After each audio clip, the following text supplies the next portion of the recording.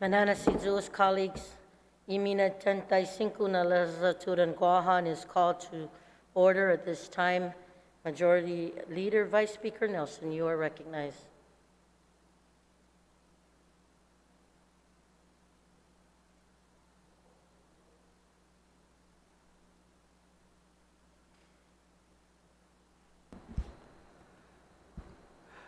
Sidziswasi, Madam Speaker. I move to adopt today's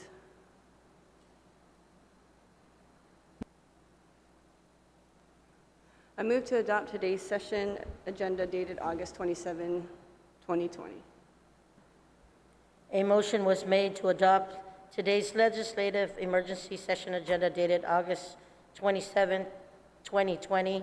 Are there any objections? There's an objection. Madam Chair, in point of order, it's my understanding from the rules that are the law that only the governor of Guam can call us into session with a specific bill on the agenda. And otherwise, it takes the Committee on Rules or it takes us by motion under motions to add a bill to our agenda, and particularly one that has not had a public hearing. Yes. And thank you, Senator when you are Therese. waiving the rules. And I did take that up with legal counsel, and it was decided that either motion can do, and this is the route I take. There has been an objection. All those in favor of moving and adopting today's session agenda, please signify by raising your hand. 1, 2, 6, 7. Motion carries.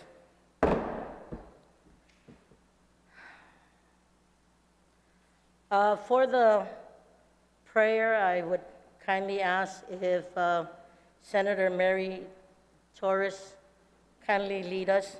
Colleagues, please stand.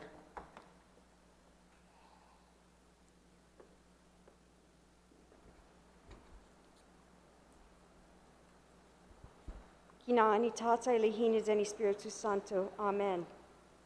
Zeus Tata, our island is indeed unique. We have a distinct history of enduring extreme hardships with the enemy occupation during World War II and the many storms that we have weathered through time. We are indeed a resilient community. During this worldwide health emergency, may we be graced by your mercy with the ability to see good in our time of despair. Help us, dear Lord, to contain our fears and anger. It is written in Philippians 4:8, finally, brethren, whatever is true, honorable, right, pure, lovely, of good repute, if there is any excellence and anything worthy of praise, let your mind dwell on those things. We ask you, dear Lord, to help us during our time of despair and fear. Umatuna itata dani lahinya dani Espiritu Santo, tagwihi tutonya pago zari manai hinekok na haani. Amen. Kinaani tata ilahinya dani Espiritu Santo. Sidzis Masi, colleagues, please be seated. At this time, I will recognize Majority Leader, Vice Speaker Nelson. You are recognized. Thank you, Madam Speaker. I move to waive legislative session agenda items 3 to 6. There is a motion to waive legislative session agenda items 3 through 6. Are there any objections? Seeing or hearing none, motion carries. Madam Clerk, Hadzi Mangagi Gwini, put for vote. Roll call. Senator Castro, Senator Lee, Senator Marsh-Titano, Senator Moylan, Senator Munya, Speaker Munya-Barnes, Mananasizus Gagia. Vice Speaker Nelson, Gagia.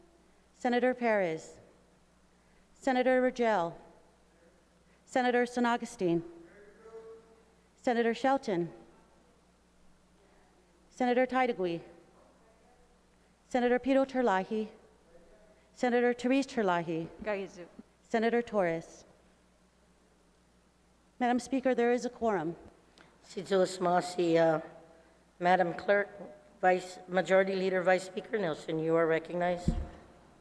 Thank you, Madam Speaker. There are no legislative journals for approval. Thank you. Please proceed. Madam Speaker, there are communications and petitions, and I move that they be appended to today's session journal. Si Jules Masi. Colleagues, on the motion that communications and petitions be appended to today's session journal, are there any objections? Seeing or hearing none, motion carries. Majority Leader Vice Speaker Nelson, you are recognized. Madam Speaker, there are messages from Imagahaga and Guahan, and I move that they be appended to today's session journal. On the motion that messages from Imagahaga Guahan be appended to today's session journal, are there any objections? Seeing or hearing none, motion carries. Majority Leader Vice Speaker Nelson, you are still recognized. Madam Speaker, there are reports of standing committees, and I move that they be appended to today's session journal. Colleagues, on the motion that reports of standing committees be appended to today's session journal, are there any objections? Seeing or hearing none, motion carries. Majority Leader Vice Speaker Nelson, you are recognized. Madam Speaker, there are no reports of select committees. Si Jules Masi, please proceed. Madam Speaker, I move that bills introduced, bill numbers 391-35LS and 392-35LS, and resolutions introduced, resolution numbers 365-35LS through 368-35LS, be deemed to have been given their first reading. On that motion, colleagues, are there any objections?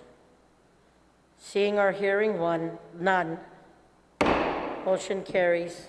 Majority Leader Vice Speaker Nelson, you are still recognized. Madam Speaker, I move to excuse senators not present for today's legislative session. On that motion, are there any objections? Seeing none, motion carries. Clerk.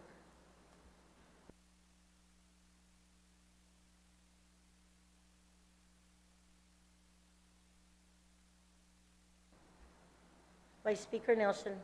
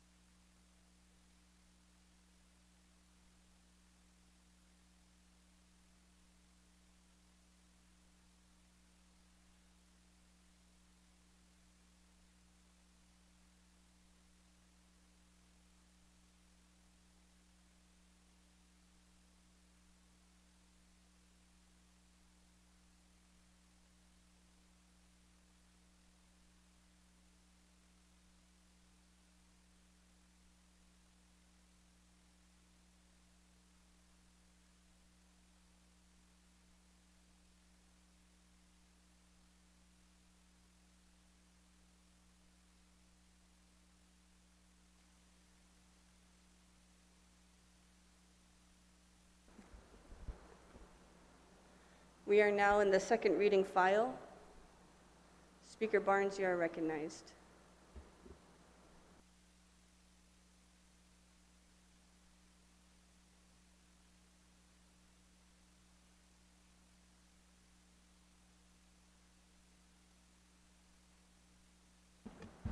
Si Jules Masi, Madam Speakers and Manana Si Jules Statlu, I would like to move Bill number 391-35 to the third reading file, Madam Speaker, with an opportunity to discuss this measure.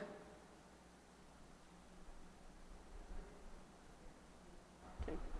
On the motion to place bill number 391 LS-35 into the third reading file, are there any objections? No objections. Motion carries. Madam Speaker, you are recognized. Si Jules Masi, Madam Speaker, and Buenas and Hafaday colleagues. We are here today in light of a letter received from the Guam Election Commission members expressing their concerns of the recent and sudden surge of COVID-19 positive cases on our island. And as a response, I called an emergency session to discuss Bill 391-35 LS, which seeks to cancel the 2020 primary election that will be held this Saturday. Madam Speaker, I would like to state for the record that this August body could not go into session sooner due to public health's guidance because of the positive cases within our branch in the past weeks. Last month, the Guam Election Commission testified before this body and informed us that they were capable and on track to execute the primary election.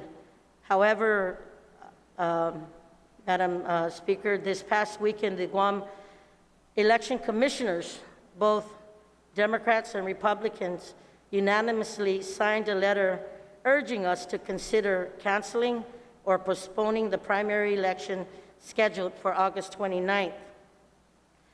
When we first discussed this, a similar measure just last month, we were in Pt.2 and COVID-19 cases were low, and our governor was anticipating to move the island to Pt.3. Ladies and gentlemen, I just want to say, whether it be postponing, canceling, or going forward with the primary election, it is the statutory obligation of this August body to figure out a path forward. Every vote counts, and I want to ensure our people that this August body acknowledges that. But the reality is, Guam today currently has 676 active COVID cases. Yesterday, we had a record rate of confirmed cases at 136. And as a matter of fact, today we are currently in Pt.1 with 1,120 confirmed positive cases. I am more concerned with the undue risk that we will be putting our community in. And while this body has made strides in allowing for a safe early voting with the passage of Bill number 330-35, I want everyone to know that the Guam Election Commission has noted that between 16,000 to 19,000 registered voters are estimated to vote at the primary election. We will be risking thousands of our people to meet at designated polling sites during this vicious spike in COVID-19 cases. Colleagues, I would like to share a CNN article released just yesterday of a research study from the Board Institute of MIT and Harvard. These researchers found about 20,000 COVID cases were associated with one event. It is obvious that this virus can easily and quickly be transmitted. And based on their study, it all started from an event of 200 people and resulted in more than 90 cases from that one event. Granted, those 90 cases were unknowingly spreading the virus, but we now know what we are battling with today, and we cannot conscientiously put our healthcare system and island people at risk. With our numbers continuing to rise and now 9 lives lost to this virus, something needs to be done. Our hospitals are literally almost out of beds, and we have a shortage of doctors and nurses. I called us in here this morning so that we can have a discussion on this matter. This really takes a Team Guam approach, and depending on the discussions today, I do have an amendment, Madam Speaker, ready to postpone the election to September 5th, ready to go. I just want to engage in these discussions and determine what is the will of this body. The appropriate agencies, such as the Guam Election Commission, the Attorney General's Office, and the Department of Public Health and Social Services, have been contacted and are aware of this emergency session. These agencies currently are on standby at this point. So, Madam Speaker, at this time, I'd like to make a motion that we resolve into the Committee of the Whole, and that Senator Joe San Augustine, Chairperson on the Committee on General Government Operations, Appropriations, and Housing, to preside over these proceedings. As stated earlier, we have the Guam Election Commission, the Department of Public Health and Social Services, as well as the Attorney General's office, and that they be invited in via Zoom to teleconference with us. So I make that motion, Madam Speaker, with all due respect at this time. There has been a motion to resolve into the Committee of the Whole. Are there any objections? No objections? Motion carries. We will take a quick recess to resolve into Committee of the Whole.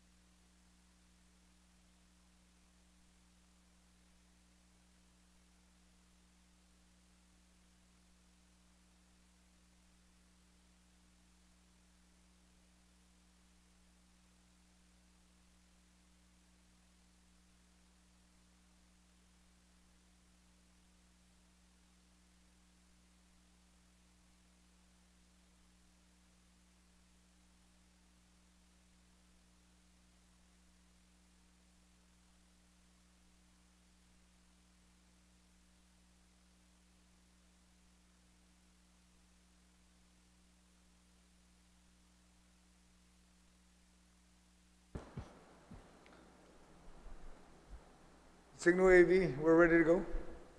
All right, good morning. The Committee of the Whole is called to order. Rules of engagement. There will be 2 rounds of questions. Members are allowed 5 minutes for the question each round, and time does not include the response. After the questions, the panel that will be invited shortly will be dismissed and floor amendments will be entertained, but floor amendments will not be entertained if it's not submitted in writing via session drive. I would ask now the AV to invite the panel so that we have the sergeant arms to swear the panel in.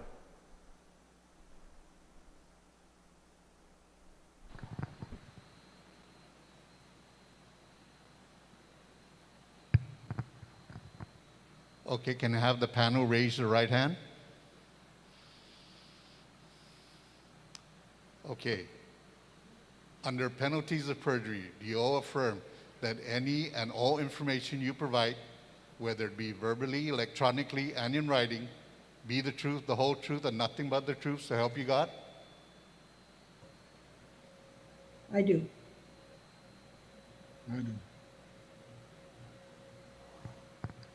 I do. I do. I do. I do. I do. Okay, Mr. Chair, they're all under oath. Thank you, Sergeant Arms. I'd like the panel to please introduce yourselves so that my colleagues, the senators, the body will know who you are. Thank you. Maria Pangilinan, Executive Director of the Guam Election Commission. Good morning, Mr. Chair. Arthur San Augustine, Acting Director, Public Health and Social Services.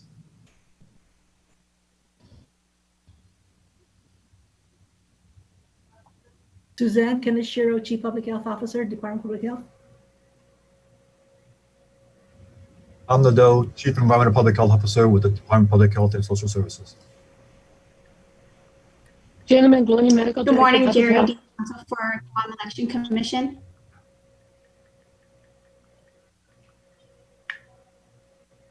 Good morning, Your Honors. Patrick Seville, independent member of the Guam Election Commission. Chimamba Kwem, Guam Department of Public Health. Morning, Senators. Michael Parrish, Chair of the Guam Election Commission. Good afternoon, Senators. Terry Uggan, Department of Public Health and Social Services, Deputy Director. Alice Tyron, Guam, Vice Chair, Guam Election Commission. Levin Camacho, AG's office.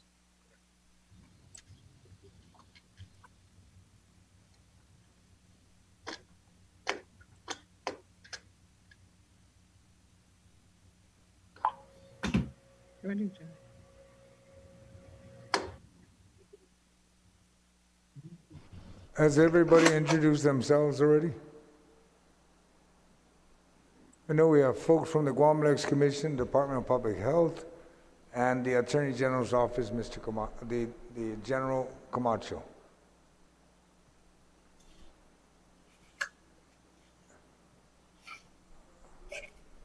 All right. That being stated, is there anybody else? No, I think that completes the list. All right, I would ask my colleagues and to the panel, we're here to discuss Bill 391-35, introduced by Speaker Tina Munoz-Barnes. I ask Speaker Tina Munoz-Barnes to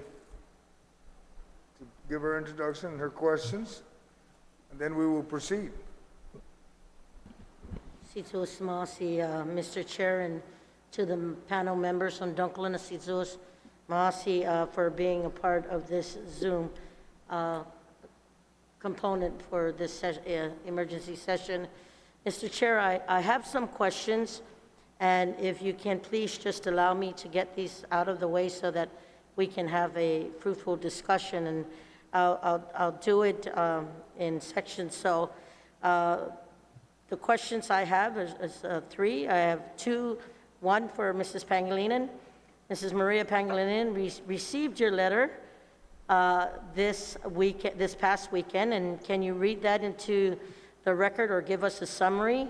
Also, while the letters indicate that you are open to postponing the election to September 12th, I know that your recent interviews with the media have stated that this poses legal issues. Can you share with the body the possibility of having an election on September 5th instead? Number two, the Department of Public Health. The Guam Election Commission has said that conducting an election will put an undue risk. Can you share with us some of the mitigation efforts that you have worked on with the Guam Election Commission? And while it's too late to do it for the primary, can you share your thoughts of allowing mail-in voting as a means to stop the spread during the general election? And Mr. Chair, the last one is to the Attorney General. Can you share the legal ramifications with regards to postponing or canceling the election? Si Diyos masi, Mr. Chair, and I guess we can go ahead and start off with Mrs. Pangilinan and then go on. Thank you, Madam Speaker. Ms. Pangilinan, if you would please respond to the question. Appreciate it. Okay, so the first question, Mr. Chair, is whether I should read the letter from the commission. Just so people know, the letter was based on a unanimous decision, and I'll go ahead and read the letter, signed by the 7 commissioners of the Guam Election Commission. Half a day, Governor Leon Guerrero, Speaker Munya Barnes, and Senator San Agustin. We write regarding the primary election scheduled for August 29, 2020. The resurgence of the COVID-19 virus and the return of the island to Pt.1 has necessitated a stringent shutdown order until August 28 and reflects the sad reality that we remain in a continued state of public health emergency. This has prompted the GEC to further evaluate whether the primary election can be safely conducted on August 29.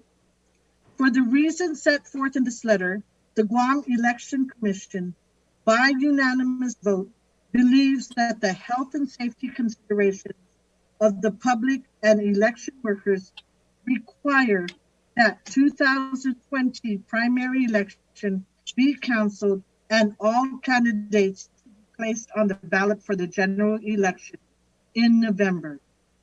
Because we do not believe that we have the statutory authority to recommend cancellation, we stop short of submitting this to you as a recommendation and leave that decision to your discretion. If you decide that the primary election should be held, we recommend that the primary election be postponed to September 12, 2020. The commissioners do not make this recommendation lightly. The GEC takes seriously its duty to conduct timely, fair, and safe elections. As we hope you know, the GEC staff have been working diligently preparing to conduct an election which complies as fully as possible with the safeguards recommended by the Department of Public Health. For the past 3 weeks, we have been conducting in-office absentee voting and have serviced over 2,200 voters. We are very proud of our executive director and staff and their tremendous dedication. But the reality is that even with all the safeguards we have implemented, there remains a deep concern whether holding a primary election on August 29 can be done without undue risk to the health and safety of the citizens who vote and our election workers. An election is an intensely public function involving face-to-face contact between thousands of voters and hundreds of election workers. The following are factors we have considered. Anticipated voter turnout estimated at 16,410 to 19,145. Election workers and support personnel, GEC employees, 27. Precinct officials, 335. Additional in-person training required during week of 8/24. 15 precinct workers have dropped out due to COVID-19 considerations. We anticipate other precinct workers may decide it is too dangerous and not show up on election day. Screeners, curbside assistants, 150. In-person training required during week of August 24th. Poll site managers, troubleshooters, 19 to 22. In-person training required during week of 8/24. Poll maintenance workers, open schools, janitorial and facilities maintenance, 44 of them. Bus drivers, 25. Police officers to accompany bus drivers, 25. Police officers at precincts, 23. Nurses, 22. Telephone operators, 8. Tabulators, 8. Critical ES&S, election systems and software vendor representative, will not be available. The GEC has informed this morning that the election systems and software representative, who was scheduled to be here for a test run on the new tabulation equipment, is not able to travel to Guam. His replacement will not arrive until the evening of the 27th, which is too late for our scheduled test of the new equipment. Most critically, according to Department of Public DPHSS guidelines, effective today, even essential workers must be quarantined upon arrival on Guam, and the ESSS representative. The commissioners do not make this recommendation lightly. Oh, sorry. The ESNS representative will not be available on election night as required by law or during the week after the election, when they must be available to address any question or problems which come up. I need to stop here. The Department of Public Health guidance has now said that our election representative will be waived because he is critical personnel. I'll continue. We have lost support, are only able to have partial support of key partners. To go forward, we need cooperation of our partners. Unhappily, because of the COVID-19 shutdown, several of our key partners are not able to provide critical support for the primary election. UOG will continue to make the field house available, but they cannot supply a backup generator, which is normally acquired from East-West Rental. GPD has informed us that due to the demands of the pandemic, it will not be able to supply the number of officers needed for the election. The GEC is reaching out to the National Guard, Guam Airport, and Port Authority to see if those organizations can supply the required security officers. Graphics Center. This vendor prints our voter signature rosters and is an absolutely critical vendor. The 67 signature rosters must be finalized with 800 new names added by Monday, August 24th. This is a firm deadline because Graphics Center is at reduced staffing because of COVID-19 restrictions. East-West Rental. East-West has canceled our reservation of a box truck, which we use to transport ballot tabulators because it is closing in response to the COVID-19 directives. Our other source of a truck, Morico Equipment, has also informed us that it cannot provide a truck for delivering voting booths to polling sites. We believe a suitable truck can be obtained from another vendor, but this remained an open item at that time. Food vendors, meals for election workers. Our election workers put in long days from 5:30 a.m. to 11 p.m. and often much later. They need to be on the job the entire time, which means we need to feed them. We do not know the status of our regular food vendors at this time. Roman numeral 5, health issue. The health considerations are just that, health issues. They are not political issues. The commissioners have addressed this as a public health question and have sought guidance from the Department of Public Health. The seriousness of the health threat is underscored by the fact that the legislature is not able to meet until August 28th because one of its members tested positive, and they have been advised by the public health not to go into session. Even with masks, hand washings, frequent wipe downs of public areas, and safe distancing, GEC staff and election workers must work in close contact and will have exposure to the voting public. Public health has advised us that testing election workers before the primary will not be effective. The field house, while large, is not large enough to accommodate all precincts with proper social distancing, since ballots must be kept in the same room as they are being counted. If the primary election does go forward, we will need the assistance of the Office of the Governor to help us address the shortfalls described above. In particular, we may need your assistance in helping ensure there is a backup generator at the UOG, that we have adequate security, and that we have the transportation vehicle needed to deliver voting booths and move the tabulation machines to election return center. We know it is Friday evening, but there is a tremendous amount of work to be done if the election is going to go forward on August 29th. Given the recent resurgence of COVID-19 virus, we heed your direction on whether the primary election will be held as scheduled. Sincerely, signed by all 7 commissioners. So that was the first question, ma'am. The second question was our legal issues. So with regard to what the federal mandate says, our general election ballot must be mailed out by September 18th.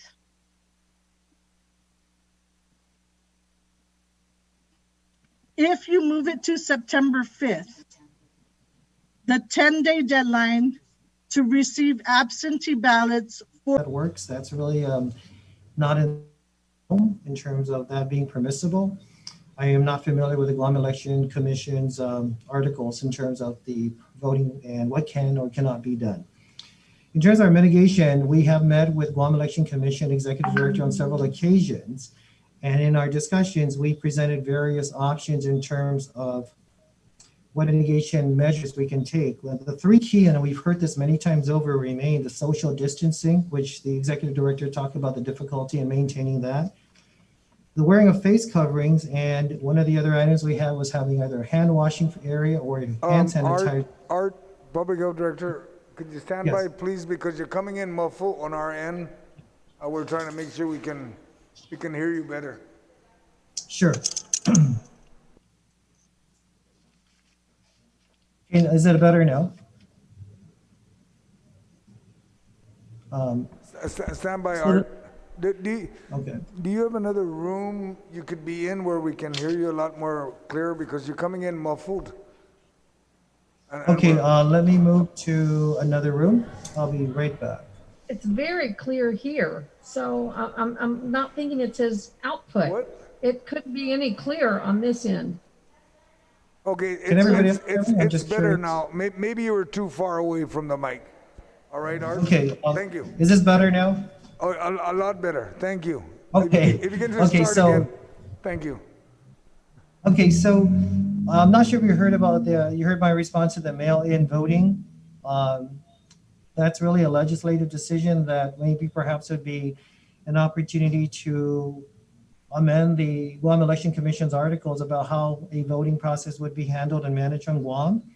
Of course, that would obviously minimize the face-to-face contact because it'd be through the post office system, I would imagine. But again, the details I will leave to the Election Commission and perhaps the legislative body to work those details out. In terms of mitigation, it really still remains the 3 items of social distancing, which the Executive Director had shared the challenge of maintaining that, the wearing of face coverings, and also we had recommended, if not hand washing stations, hand sanitizers would be used throughout the election process at the polling sites and also the tabulation sites.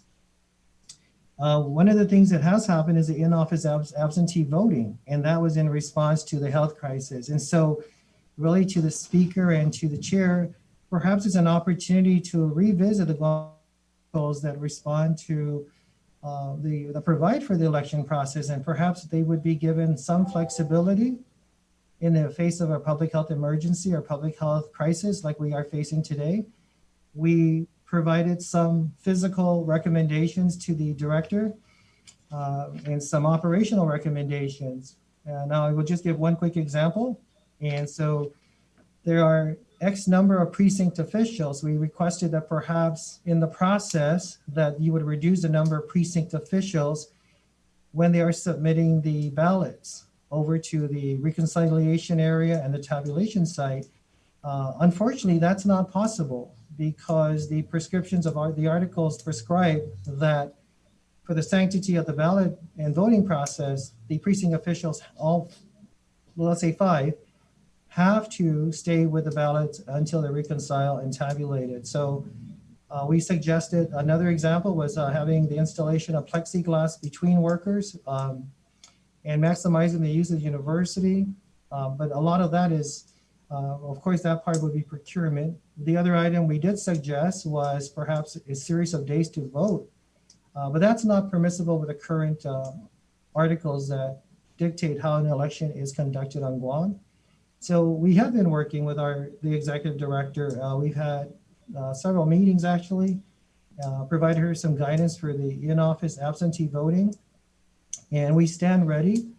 If they have a design or approach or concept, we stand ready to provide the public health feedback in terms of what and where and how changes can be made to maintain those measures. But we stand ready, but that's where we're at with the process today, Mr. Chair and Speaker Barnes. To the Attorney General. Thank you, Madam Speaker.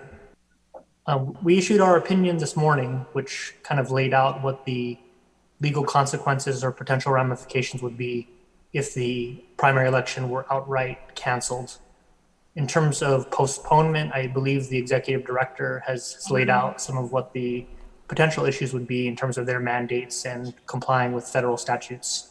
Not to mention, I believe, well, yes, she's touched on the potential federal issues that would happen if the election were postponed too far.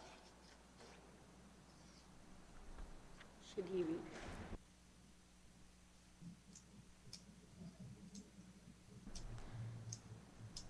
read? Attorney General Camacho, if I may, just at the recommendation of the chair, can you go ahead and read the letter into the record? Our opinion, Madam Speaker? Yes, if you can read it. Do you have the letter in front of you? Okay. All right.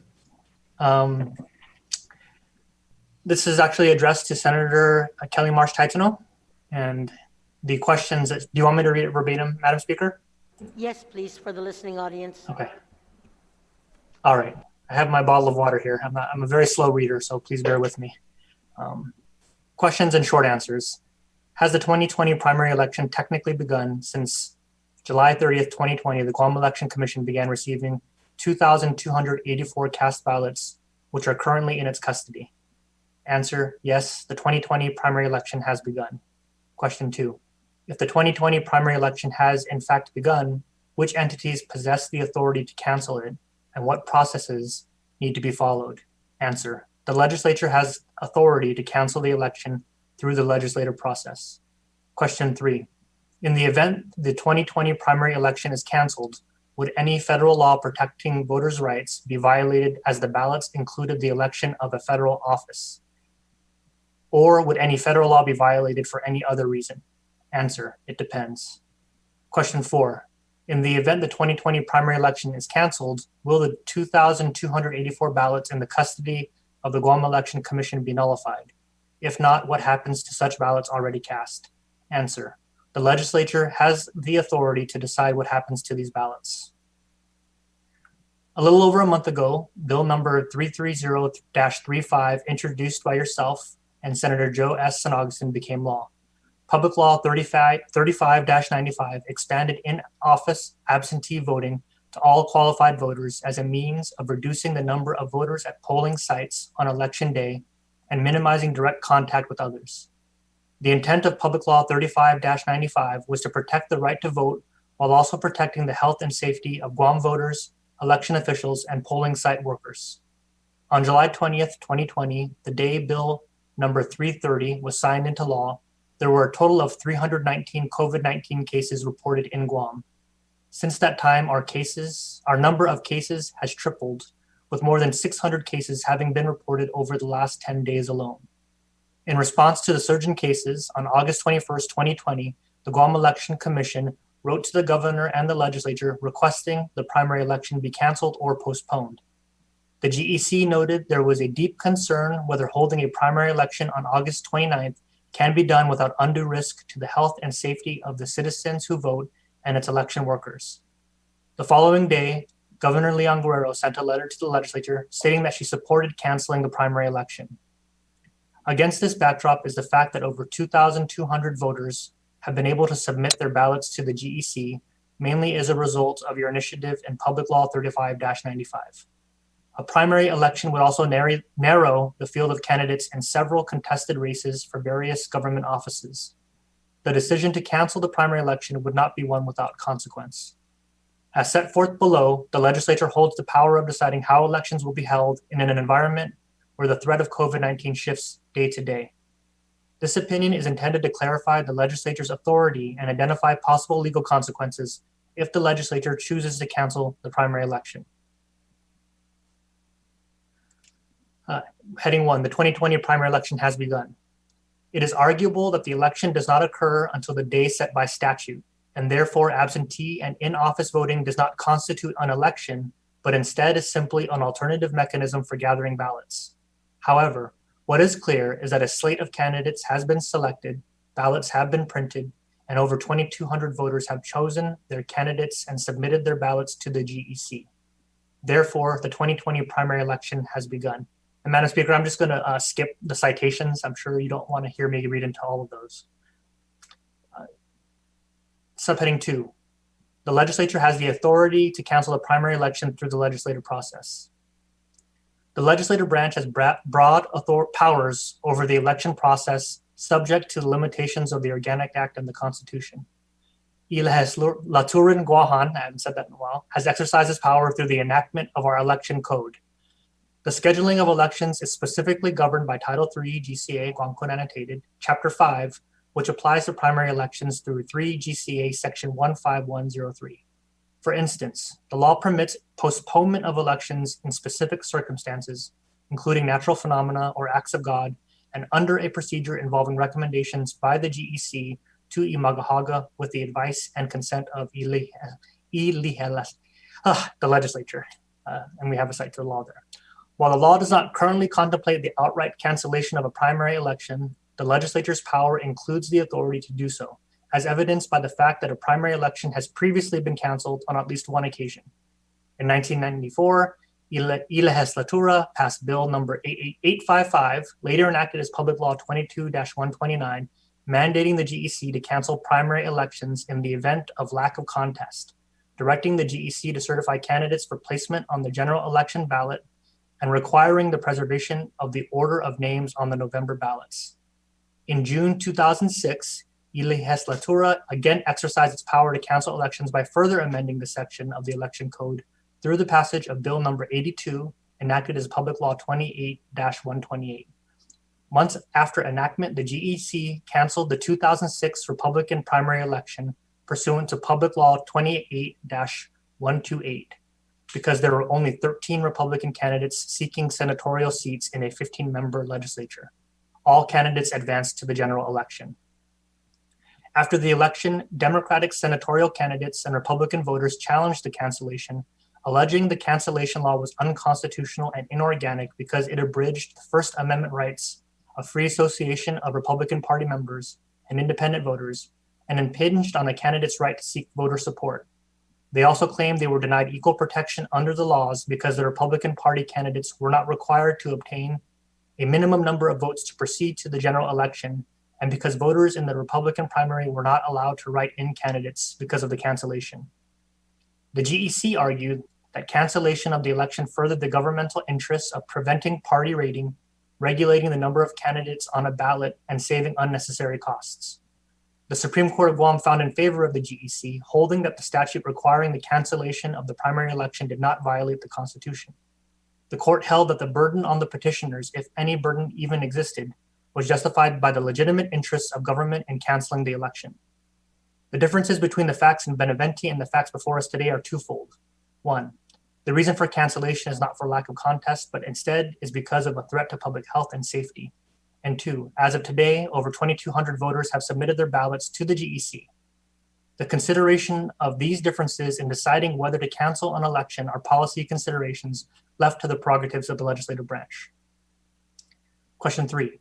In the event the 2020 primary election is canceled, would any federal law protecting voters' rights be violated as the ballots included the election of a federal office, or would any federal law be violated for any other reason? Answer, it depends. No right is more precious in a free country than that of having a voice in the election of those who make the laws under which we must live. However, the right to vote in any manner and the right to associate for political purposes through the ballot are not absolute. Common sense as well as constitutional law compels the conclusion that government must play an active role in structuring elections. As a practical matter, there must be substantial regulations of elections if they are to be fair and honest, and if some sort of order rather than chaos is to accompany the democratic process. By their regulatory nature, each provision of an election code, whether it governs the registration and qualifications of voters, the selection and eligibility of candidates, or the voting process itself, inevitably affects, at least to some degree, the individual's right to vote and his right to associate with others for political ends. As discussed above, legislatures have the authority to regulate elections. Congress has set some of the parameters of the election of Guam's delegate to the House of Representatives, but has otherwise granted the legislature authority over matters of local application pertaining to the election. This grant of authority arguably encompasses the same power to cancel the primary election. Without more time, we are unable to analyze all the specific federal election or voting laws that may be implicated by the cancellation of our 2020 primary elections based on the fact that it includes an election for a federal office. However, we are able to identify the legal test for constitutional challenges that may be brought regardless of whether a federal office is included on the ballot. When an election is challenged on constitutional grounds, a court will weigh the character and magnitude of the asserted injury to the rights protected by the First and 14th Amendments that the plaintiffs seek to vindicate against the precise interests put forward by the government as justifications for the burdens imposed, taking into consideration the extent to which those interests make it necessary to burden the plaintiff's rights. The government of Guam's interests in canceling the elections are to protect the public health and safety of the community and of election workers, and to avoid the pitfalls of conducting an operation without the proper resources required to ensure a timely, fair, and safe election. These are clear and compelling legitimate government interests that would be weighed against the potential harm that may result from canceling the primary election. The potential harm caused by a cancellation is dependent on whether all candidates advance to the general election and also on the role of the person bringing the challenge.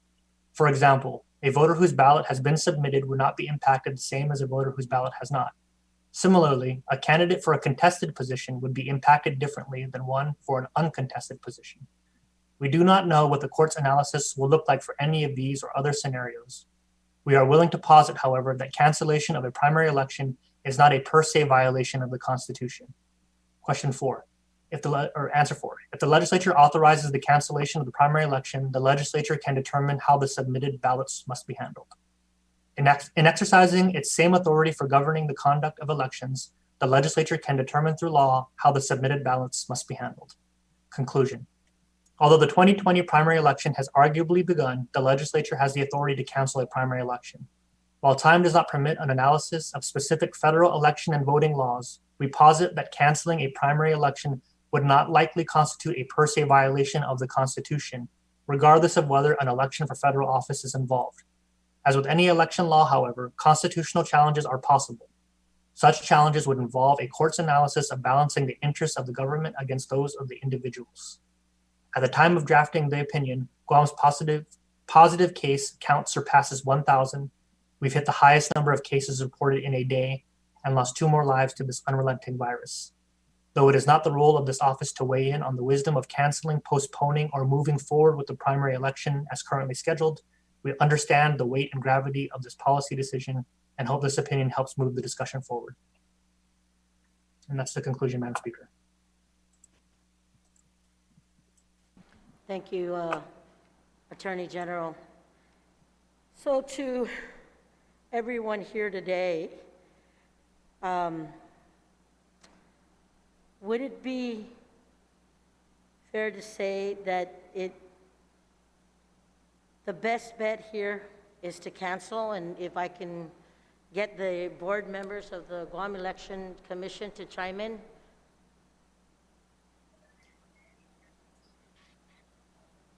Madam Speaker, just for the record, my name is Michael Paris. And, you know, these are hard times. I mean, when you saw the letter initially, and it was dated August 21st, I believe that a lot of things have changed. You know, some of the resources that we describe we do not have, we have solved the problem. As to the UOG generator, we understand. And Maria, please chime in if it's, I don't accurately represent that what is correct, that we do know that they do have a, what do you call that, a PO at East and West. As to other logistical stuff, as to the ES&S vendor representative, I understand, as when I talked to Maria this morning, that he is in Hawaii. And also with public health, Art, I'd like to thank you for your input there. We've initiated this in-house voting, and we service over 2,284. And that's pretty impressive in a short 3 weeks' time. We only had, through contact tracing, one incident, and that person tested positive. If any of you had the opportunity to vote, I've never seen sanitation taken to the max. The chair is clean. People are asked, every voter that comes out and casts his ballot, everything is wiped down. And for purpose of contact tracing, we've also, you know, initiated a logbook. So this would assist that if there's any chance that some, you know, there is a suspected transmission, that we have records to make sure, you know, that to assist public health in seeing those that are, you know, there that are maybe affected. Now, anticipative voter turnout. You know, that's pretty hard. You know, right now, everybody's scared, you know, as they should be. But what we are talking here is probably the foundation of our society.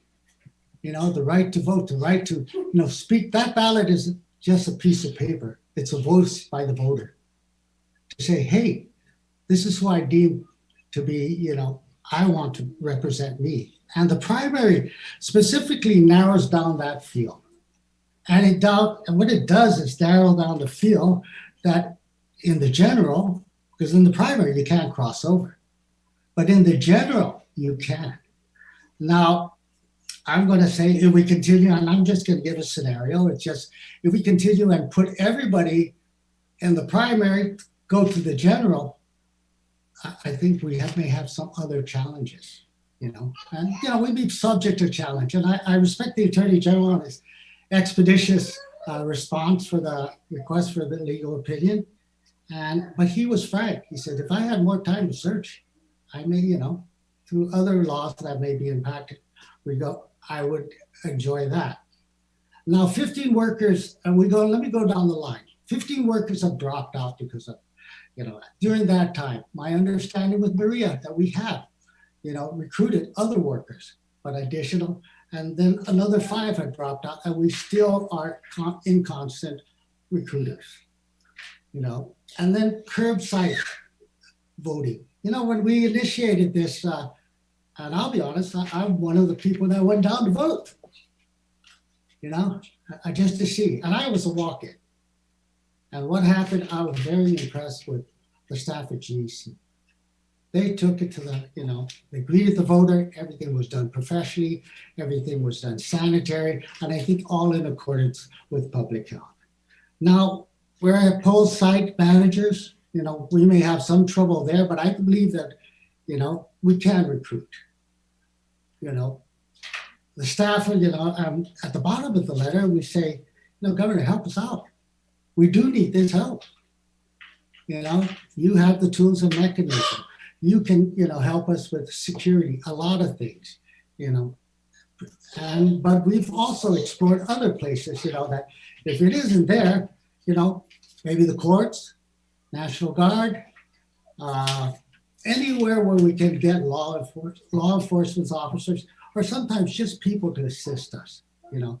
We understand there may be a line, but that's the price of voting. You know, we have intelligent voters, and I think what is really the question is, you know, it's up to the choice of the voter. Does he want to exercise his right to vote?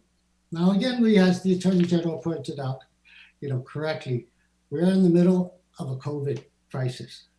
But how long is this going to go? How long do we take away probably the most precious thing that every citizen on this island demands, a voice? And that's a big thing. And now we had 2,200 voters that already launched their votes. What happens to them? I don't know. That is, you know, up to you as the legislature. Now, in the letter, you know, some have said we did unanimously vote, but, you know, the recommendations were not specifically has said you have to consider one, then leave to two. Were just options that this legislature has. I believe that, you know, that a postponement will give the GEC adequate time to address issues. Now, one of the things that I noticed that the GEC, you know, we did say is UOG may not be able to accommodate all the precinct officials. You know, one of the options, and I like to give, you know, some time for the GEC to explore these options, is why don't we have satellite, you know, places where, for example, for the North, where it's the highest number of voters between Jigo, Dedido's 17,000, Jigo's approximately 5,000, Tamu's about approximately 4,000. We could use one of the gyms and slowly put in there and to count, you know, to tabulate. Now, one of the things that you're going to say is, well, how can we make sure of the sanctity of ballot? You know, how can we secure that? One of the things that I noticed that all our ballot boxes, they're all locked. And what you can do is put a pin or give another lock and just say, hey, and then transport down to GEC, to the UOG, the Election Return Center, with everybody. And then they could do all the counting there at that one satellite, site. We could split that into three places. That's what we have to think outside of the box. You know, it's time we can't go in the traditional way and say, we just can't do it. It's incumbent upon us to think of ways to make it happen. This is not something lightly. You know, this is something that every citizen, you know, should do. But, you know, we leave that, you know, first off, you know, that's in the discretion of the legislature. As it says in the letter, we don't take this lightly, but it's beyond us to recommend. And as the Attorney General correctly pointed out, our authority only recommendation is to recommend a postponement. You know, so we leave that to the senators, and we've lost key partners. My understanding, as we speak right now, we have election staff members driving a Guam Railroad truck out there delivering polling booths. And you can ask that to Maria. We're like proceeding, we're going to go on. And that's the way we should do, you know, seeing that, because we don't know. As to basically a voting list. You know, my understanding from Maria, again, it's in the works, you know, there. Now, food vendors. We feed I think that's not insurmountable. I think that we've had, you know, you can see out there as we have people, you know, that, you know, drive by the restaurants. Another thing just thinking about is why not contact DOE's food vendor? And they go through this. They're equipped to basically go out and say, and service a whole lot of people. Now health issues. That's a hard one. But what I've seen on this island is that the people here are respectful, and also they have common sense. Those who want to vote will take the time, and it's going to take some time. There'll be backlogs and everything, but we'll work with public health. One of the things the vice chair suggested is, should we open up more, voting lines insofar as drive-up voting centers for everybody? I mean, we saw some of the testing that is done by the medical society here. We could use that model. Are we well protected and with our staff is protected? Maria, and correct me if I'm wrong and chime in and step in if I am misrepresenting or not accurate. We've purchased over maybe 14,000 of PPEs to protect our staff and the precinct officials. I've never seen hand sanitizers in gallons. We ran the Jonia election, which was a good thing for us. And it was small. It was only approximately 2,000 and 1,000. Jonia's a small voting center, but approximately 1,000 showed up and we were able to handle everything. Now, is it going to be easy? No. It is not going to be easy. Are we going to experience some hiccups? Yes. But I think that if GC and public health, which if in the wisdom of the legislature says, okay, let's proceed at an alternate date and see how the numbers go. But I think we can accomplish this. We can give something, to the voters that right now, the people of this island, they basically had a lot of things taken away. And voting isn't a social gathering. Voting is a fundamental right. Now, one of the key choices of our, democracy is that we sit here. And that's Mr. Chairman? Yes, I understand, and I'll close this up. If the best bet, what is your opinion? Should we cancel or postpone? That, yes or no, sir? If we can get that answer, please.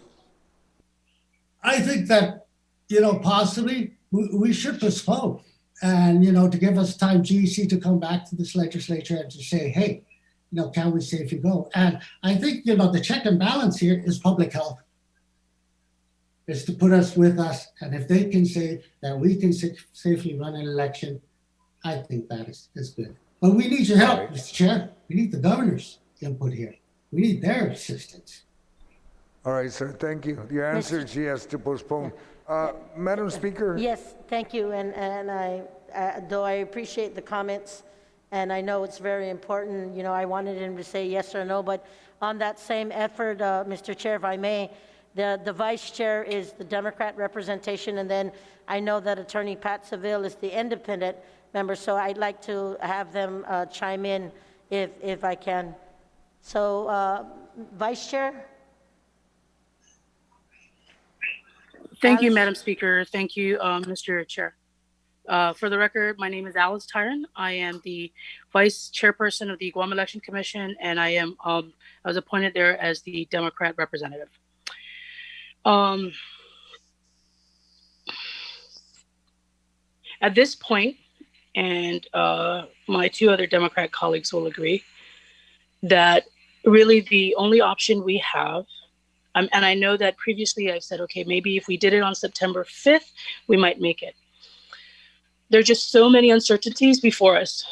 And given the current situation, we have one of two options. Because our Guam Election Commission staff continue to move forward in the event that we do not cancel or postpone, we will have this election on August 29th. That's one option. The only other option would be to cancel. Now, I appreciate the chairman's comments, and he's right. We have a right to vote. but I also have a right to live. What good am I if I'm dead and I can't vote? I can't vote. All right. The primary discussion regarding this election, and I tell you, as a Democrat, I have never missed an election, and I know how important the right to vote is, but we also have the right to life. And given, if this were any other time, I would say, okay, postpone. We are in the middle of a pandemic. We had, and excuse me for being emotional, I just got some news. I spoke to why don't we ask the nurses how they feel about this? I spoke to a good friend of mine who's a nurse. And I said, how do you feel about this? She goes, don't do it. Don't do it. We are inundated. There's so few of us. A large gathering, and granted, it is not a social gathering. Yes, it is our right, it is our time to go out and exercise this right. But I'm going to emphasize again, I have a right to life, liberty, and I need to be alive to do that. She goes, there's so few nurses, so few medical professionals. We are getting sick. Nurses we're getting sick. Who is going to replace us? And I said, wow. I love this right and this responsibility to vote, but I am pleading with the legislature and our community to understand that this is greater than us, and we have no weapon to fight this invisible enemy. We are at war here. We cannot see our enemy. We can sanitize. Our Guam election team have been out there. They sanitize. We have protocols in place. Stand 6 feet apart. Wear your mask. Take your temperature. Yes, the Guam Election Commission has been working. We're trying to replace people who are dropping out. All right? We're doing everything we can to ensure the health and safety of our community. But there are no guarantees. I got a call from a friend this morning. His parents followed everything. They stayed home. Groceries were delivered to them at the front door. They got COVID. 2 elderly people tested positive. And they followed the rules. They got it from someone who didn't.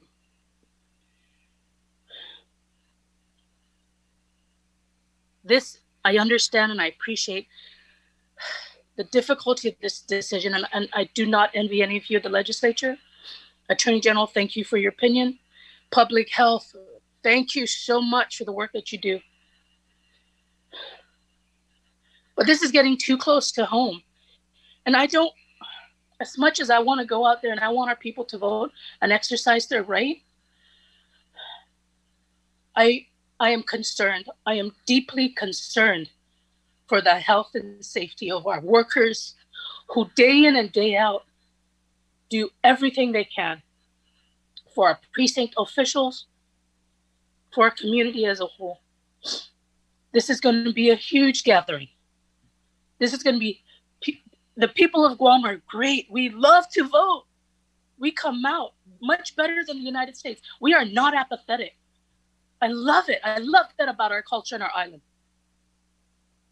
But I also love that we value life. And I am asking, and I'm going to speak for my Democratic colleagues on the Guam Commission, because I know they support us, to cancel this election. And if the legislature cannot, and if the opposition continue to say, this is our right, nobody's taking anything away from you. We're giving you an opportunity to save your life. We're giving you life. Let's put it that way. We're giving you life. I have a right to live. I have a right to be healthy, a right to have a healthy environment. And coming out to vote, I am afraid. So I'm not taking anything away. I'm giving you an opportunity to live. That is by far more important for me personally than going out to vote. Because my vote, I voted early. I went in, I did the express vote. I took advantage of that. I don't feel disenfranchised. No. My vote will count come the general election. Because at that point in time, my vote will determine who is to be seated and to be my public servant. At this point in time, It is only, this primary election is a process of elimination. And granted, I feel for the mayors because there's more contestants there. But I can't emphasize 2 options. You cancel or we move forward and pray that we don't get, that the spike in numbers do not increase. A postponement at this point in time will jeopardize federal elections more so than it does today in the primary. We will not, the Guam Election Commission will not meet its deadline. And I refuse to allow those hardworking men and women at the Guam Election Commission to work overtime and threaten their health at this point. So 2 options, legislature, and I'm sorry, it's cancellation.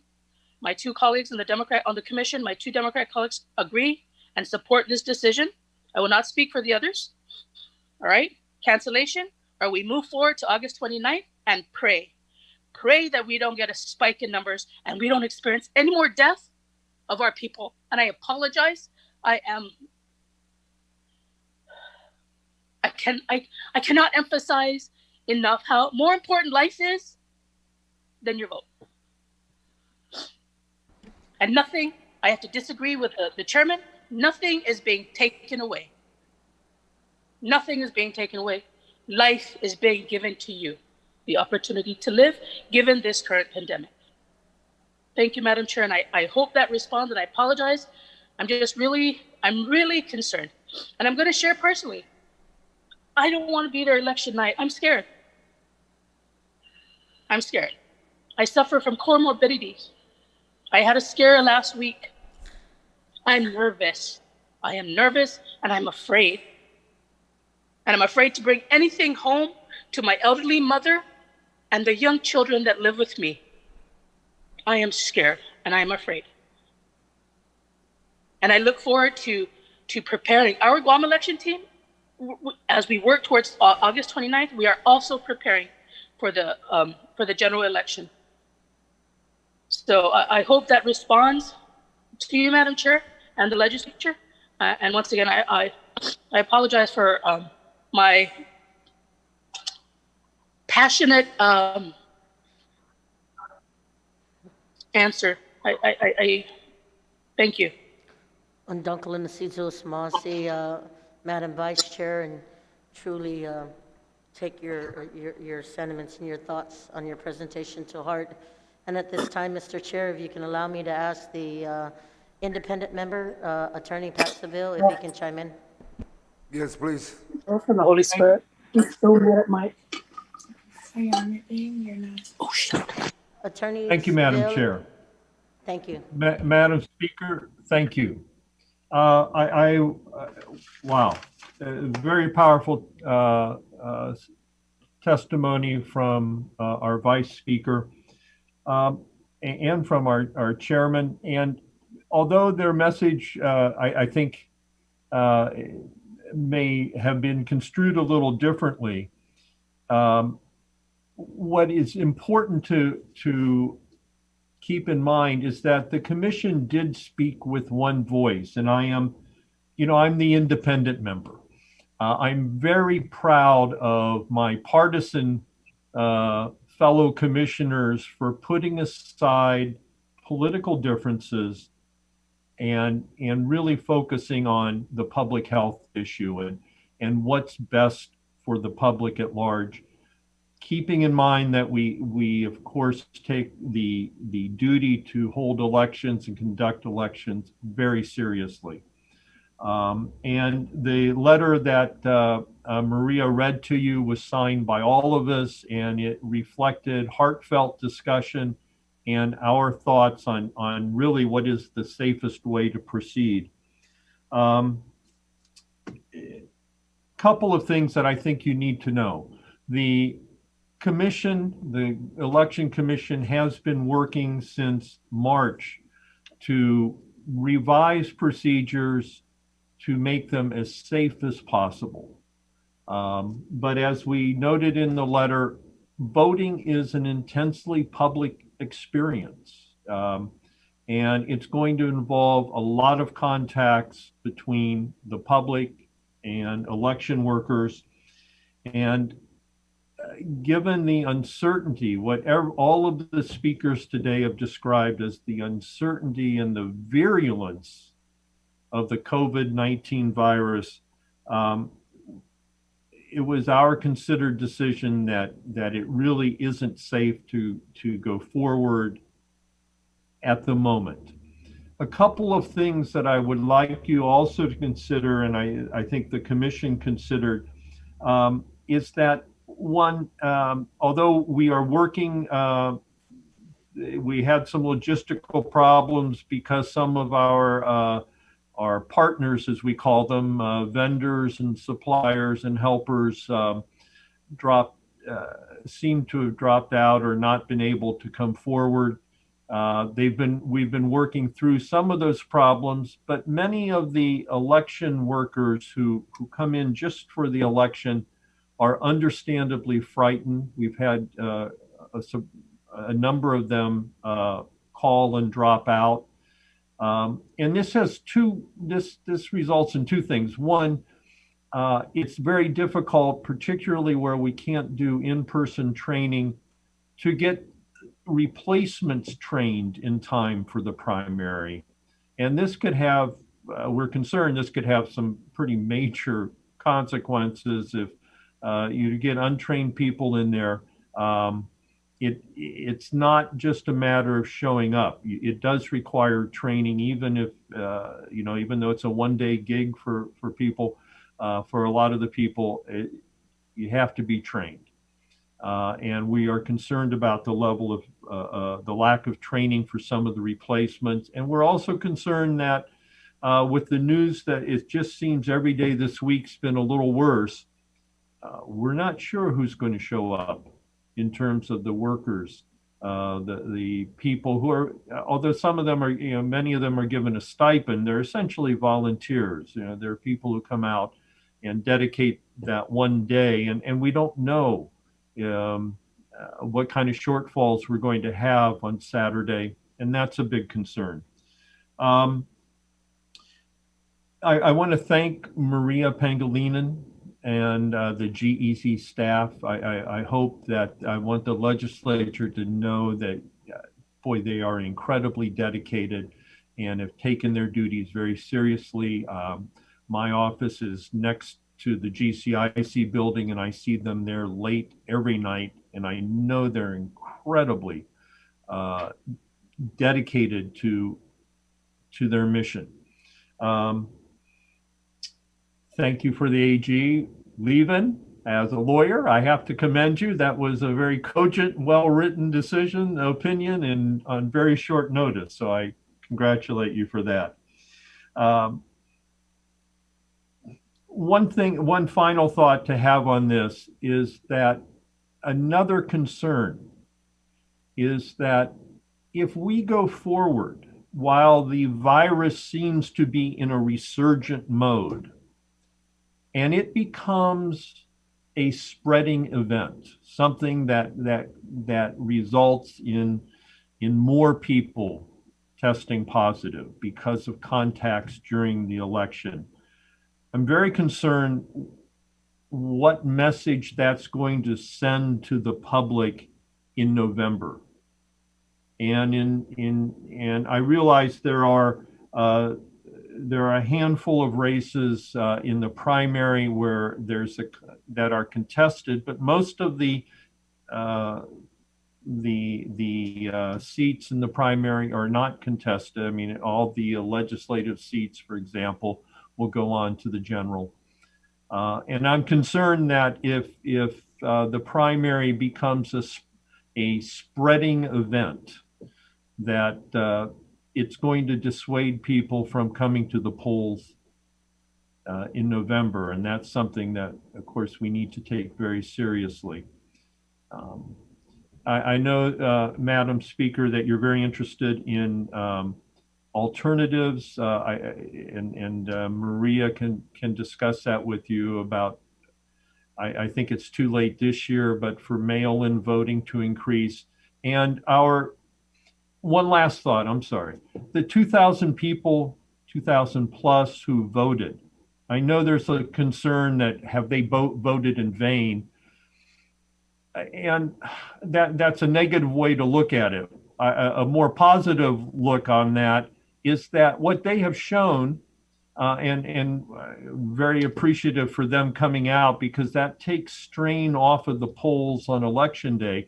But what that has shown is that there is an alternative to going to the polls in person. Perhaps for the general election, if we spread this, if we have a longer lead-in time for this, we can get even more people. And that seems to have been a much safer alternative. So they've been pioneers in that sense, and we should applaud them for showing us perhaps a better way to vote during the pandemic. Thank you, Madam Speaker. Thank Members you of the so much, legislature. Attorney Seville. So I guess I'll pose that same thing to answer me, yes or no. With all the years that we've worked together, is it best to say, is it safe to say it's best to cancel? Yes or no? Yes, Madam Thank you. Speaker. Thank you, Mr. Chair, for giving me that opportunity, and I hope my colleagues can help chime in this effort. Thank you, Madam Speaker. I'm going to start from the back. Senator Will Castro, would you like to pose any question to the panel? No questions for the panel, Mr. Chairman. All right, thank you. Senator Clint Rigel, sir. Thank you, Mr. Chair. So my first question is for, I guess, someone from the Guam Election Commission. So I understand the concern with postponement is primarily that it would affect the deadline required for mailing out ballots for the general election. Is that correct?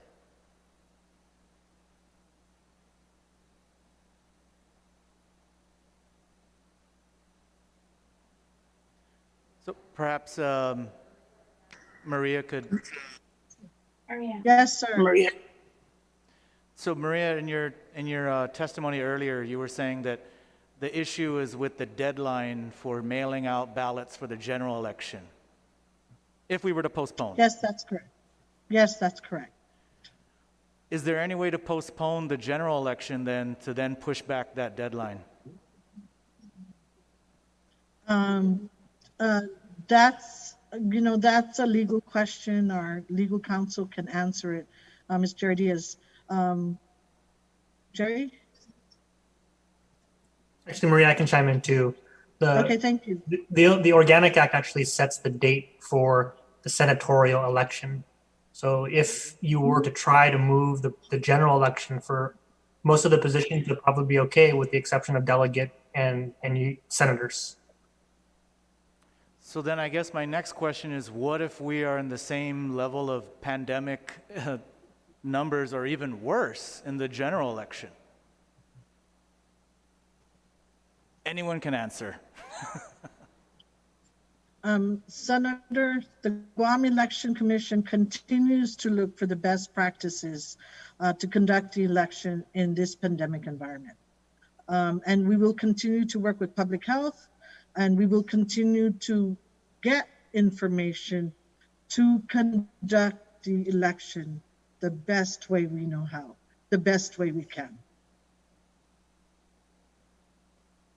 Okay, I guess just, I understand your concern is just, this is a difficult decision, and I'm just trying to determine what's the best course of action, and it's complicated, but if the concern is public safety, and that's why we have to cancel the primary, then what do we do in the general election? That's my biggest concern, especially if the numbers are even worse in November.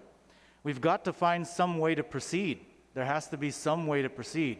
And it's either follow through with it as we currently are, or, what's going to change in November is what I'm saying. Is there something you guys can do between now and November that will make it safer for you to carry out the election in November? So I guess this question is for the Guam Election Commission. Is there something that would enable the election to proceed in November if the numbers are as bad as they are now or even worse? Yes. May I answer? May I respond briefly? Sure. Yes, please. Thank you, Senator Rajal, for that question, which is what's the difference between now, the primary, and the general election? Yes, That will basically. help us ensure that we have a safe election. Right. If I could just rephrase the question to make sure it's clear. So, is there anything the Election Commission, will be able to do between now and the November general election to ensure that the November general election will be safer to implement if the numbers of cases of COVID are the same as they are now, or higher or worse? Yes. What we have between the difference between this primary and the general is time. And as I mentioned earlier in my statement, that the Guam Election Commission team, Maria and the staff, the men and women of the Guam Election Commission, while preparing for the primary, depending upon what is going to be decided by this legislature, we're also preparing other methods to help minimize any risk in the general election. One being we have discussed the more curbside, and we're looking into the absentee. So we're working on that, yes. And we have more time. And I want to emphasize that the decision with this public health was because of what happened recently, the increase in numbers, the drastic increase in numbers and the deaths. So yes, we can. If I may answer also, Senator Ruggiero, the vice chair is correct, is more time. But you posed a really good question. What if things don't get better? I think 6 months ago wasn't better. It seems to be getting worse. But yes, we can implement some other curbside, possibly maybe the legislature. I noticed that some other states do, request for ballots, and where we cannot be able to drop off centers. But those things take a little bit of time. But that real issue is November is just right around the corner. So either we, take a position how we want to do this, but I agree with the vice chair. It gives us a little more time, but not much time.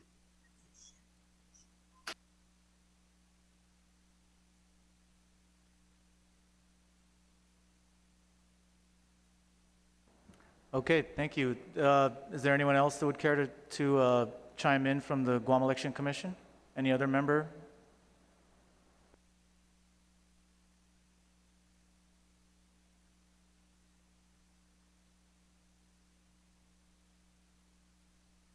If not, thank you, Mr. Chair. I have no further questions at this time. Thank you, Senator Clint.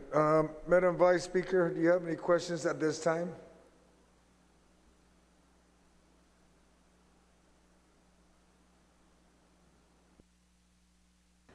Thank you, Mr. Chair.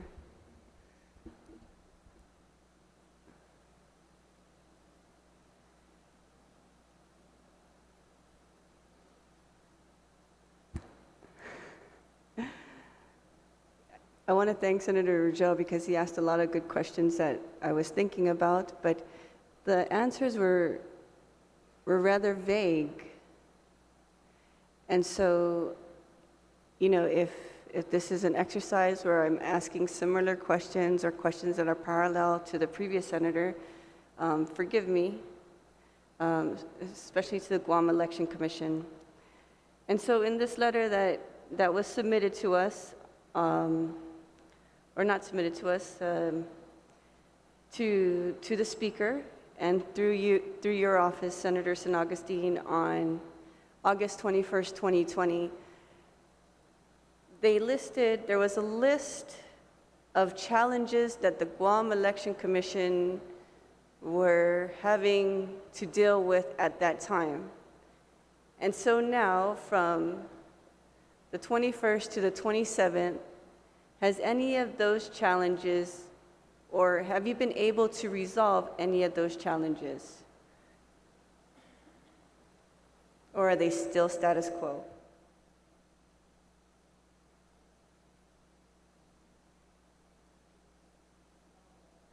Guam Election Commission, please. Yeah. Vice Speaker, Some of them have been resolved. Our, let me see if I can go down the line. Ms. Pangilinan, can Um, you speak louder, yes, please? Can you speak louder, please? okay, Thank you. yeah, thank you. So some of the challenges we faced since last week have been resolved. Our vendor, East West Rental, when we contacted them again, was able to give us the box truck, and we have delivered the voting booths. That's one. Secondly, our election consultant has gotten all the requirements for traveling to Guam and obtaining his COVID-19 test result that says negative. So he will be getting on the plane if we ask him to, but he will only get here on Friday night. That means that whether we have a test election or not, that we normally do before any election, that still is a challenge if we can. We continue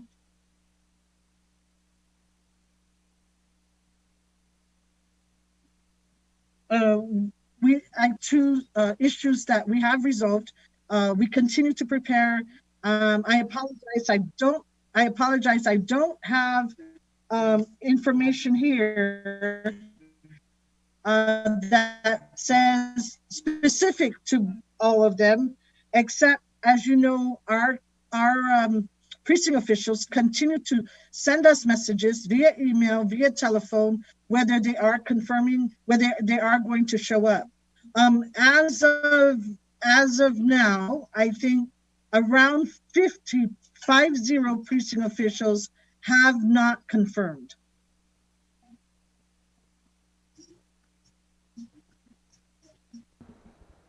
Is that all? Yes, sir. Yes, ma'am. Okay. So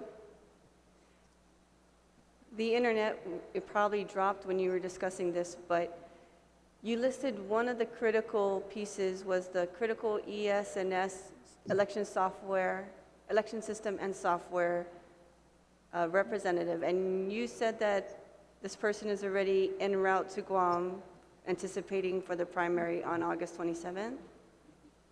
No, ma'am, he's not en route. Okay. He will be tomorrow if need be.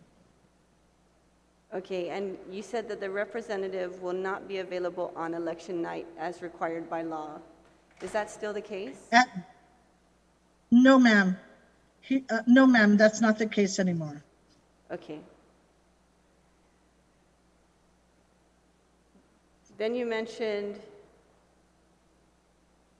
that you only have partial support of key partners.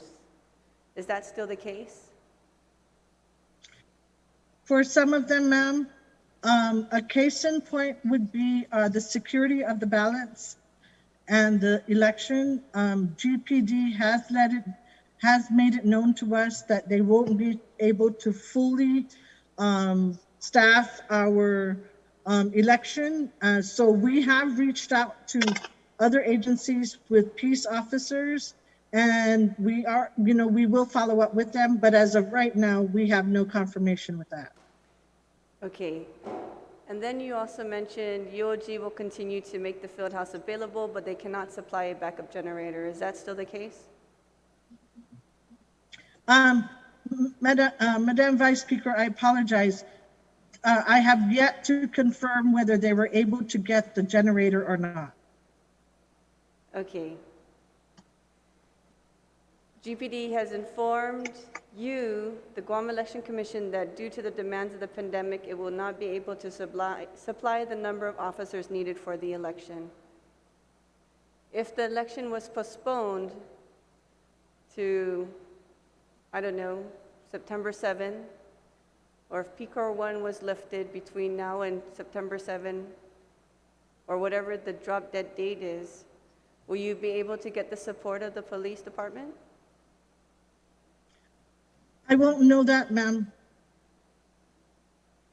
An email has gone out, and I continue to dialogue with them, but I'd have to go back and check with them again. And if the election was to be postponed, what is the drop dead date that you would recommend the election be postponed to in order to give you ample time to prepare for the general election? Vice Speaker, that's a really hard question. And one of the facts of the matter is,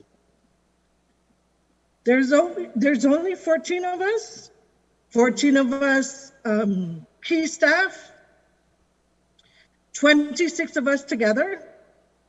If you decide to postpone, what happens if one of us tests positive? Then your whole, Thank the you, Guam Madam Election Speaker. Commission will probably have to shut down and do a test, and everyone will have to get tested, and you must get clearance from Department of Public Health.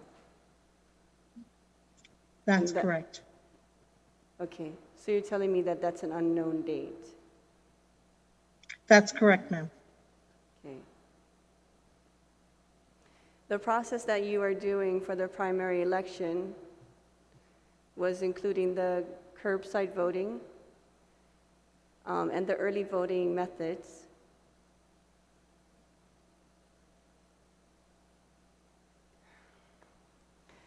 I'm trying to frame this question in a way to really, essentially, the concern is for me is to protect the lives of the people, and then it seems like a double-edged sword, because we don't want to infringe on their rights to vote. But if we're trying to protect the lives of the people, and it seems like, you know, we have these two options of either canceling the primary or postponing, just like the previous senator before me, what is the way forward if we see this situation in the general election? If the argument is we will do a different process, or we will start earlier, I don't know. What would be the way forward for the Guam Election Commission if we are faced in the same situation for the general election? And the question was asked also that a possibility of postponing the general election if we're faced in this situation again. And so really, we haven't received a clear answer on if postponing the general election is even possible to do. Have we?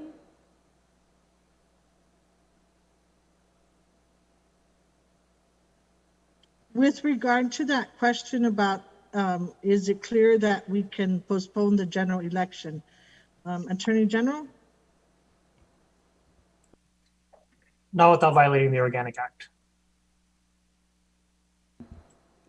Can you say again? The Organic Act sets the date of the election for the legislature, and I believe for the delegate. So although there's no prohibition against postponing the primary, you would have to amend the Organic Act in order to push back the election for the legislature and for delegate. Okay. Sounds like a lawyer answer, so we can't postpone the general election.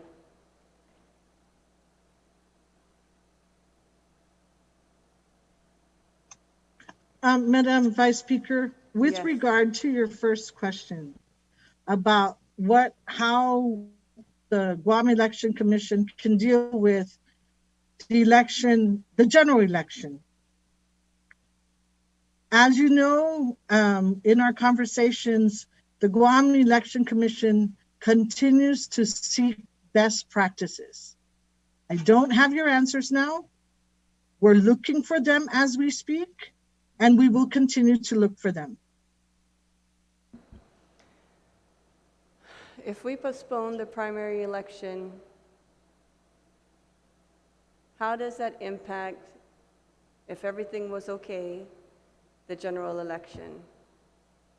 If we were in PCOR 3, if we postponed the primary election, how would that impact the general election?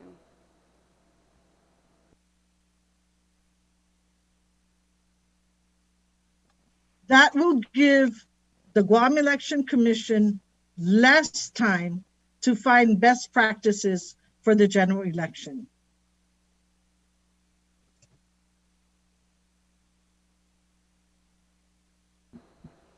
Okay, thank you, Mrs. Pangilinan, and thank you to everyone in the Guam Election Commission for all their hard work and everything you're doing to help us come to this decision. Thank you, Mr. Chair. I'd like to hear whatever our colleagues would have to proffer also to better determine what would be, for me, the best route. Thank you, Vice Speaker. Senator Lee? Suzuis Masi, Mr. Chair, and Hafaday colleagues, and everybody joining us on Zoom. I really want to thank you for your participation today. I also want to give a shout out to the GEC team. I'm smiling under my mask because I was really excited to be able to cast my vote in the in-office early voting a few weeks ago.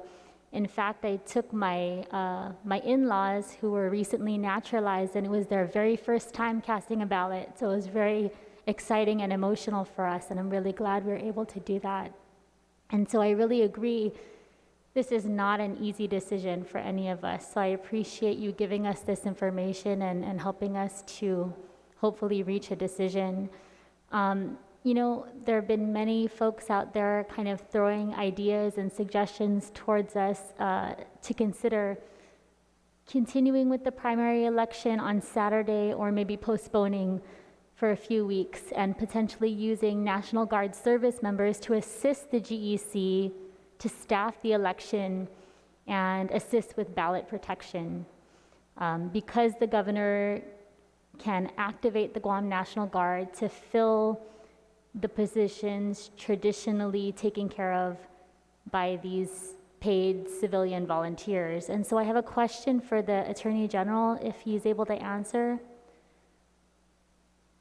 Attorney General Camacho, do any laws, rules, or regulations prevent uniformed guardsmen from being official staff of a territorial election? For instance, are there circumstances where being an official, election official, like a poll watcher, would that constitute violating prohibitions on political activities while in uniform?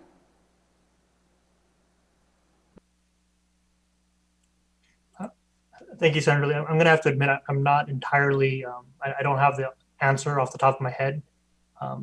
I do believe that this has been done in other jurisdictions, but they were not in uniform.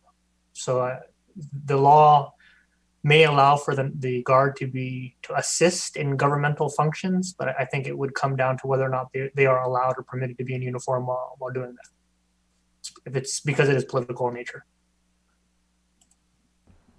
But I would defer to the General Aggie and the governor's office. He would probably know the specifics a lot more. Right, and I certainly would ask the tag if she was on with us, but she's not. But so maybe this question can be directed to the Guam Election Commission. Ms. Pangilinan, would there be enough time to have members of our National Guard trained for these positions by Saturday? Or if we were postponed to maybe September 12th, let's say? At this point, ma'am, the answer is no. The answer is no. Is that correct? Yes, ma'am. Okay. And then to your knowledge, has there been any calculations or like estimates of what this kind of activation would cost? And where the funds to pay for any operational or personnel expenses would come from? With regard to the National Guard, ma'am? Yes, ma'am. I don't know. I have no information on that, ma'am. Okay, thank you very much. I have additional questions regarding the concerns that you raised about postponing the election and kind of looking at the conflict between the timeline to certify the results of the primary and then the timeline to mail out those general election ballots. So for the benefit of this body and for the public who might be watching, can you lay out these concerns one more time? So which of the mandates that you outlined are federal and which are local? And would you suggest to us to make any changes to local mandates in order to do away with some of these conflicting timelines on a proposed primary? Would those resolve any of your concerns on this matter? Thank you, ma'am. At this time, the federal mandate is to mail out general election ballots by September 18th. With the schedule now, the local law says that the Guam Election Commission must give the off-island absentee voters up to 10 work days for GEC to receive their ballots. So that means that the election, August 29th, we have only up until September 14th to certify. We will have up to September 14th to certify the election. From September 14th to September 18th, up until 3 o'clock, is the time we have to prepare the general election ballot. In that regard, the Guam Election Commission has requested that the primary election be moved earlier to give us enough time to comply with the federal mandate. If the legislature decides to postpone the election to September 5th, given the requirement that we have to send out, we have to wait for the ballots to come in, September 21st is the earliest date we can certify the election.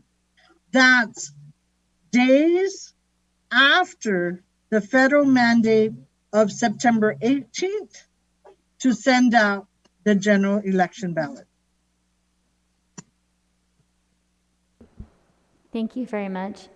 I also have a lot of concerns with the testimony that you gave earlier, Director Pangilinan, that even if the GEC moves forward with the primary election, these staff shortages may affect ballot custody and other requirements to ensure ballot security and proper tabulation and other challenges with compliance in the elections. And I agree, and I think everybody in this hall would agree that elections should be fair and they should be open to all.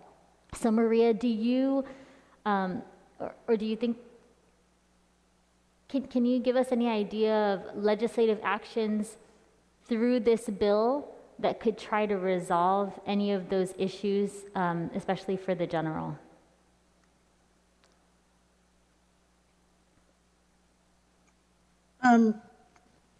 Senator, this type discussions have started way back in March to address emergency measures for the Guam Election Commission as it relates to elections.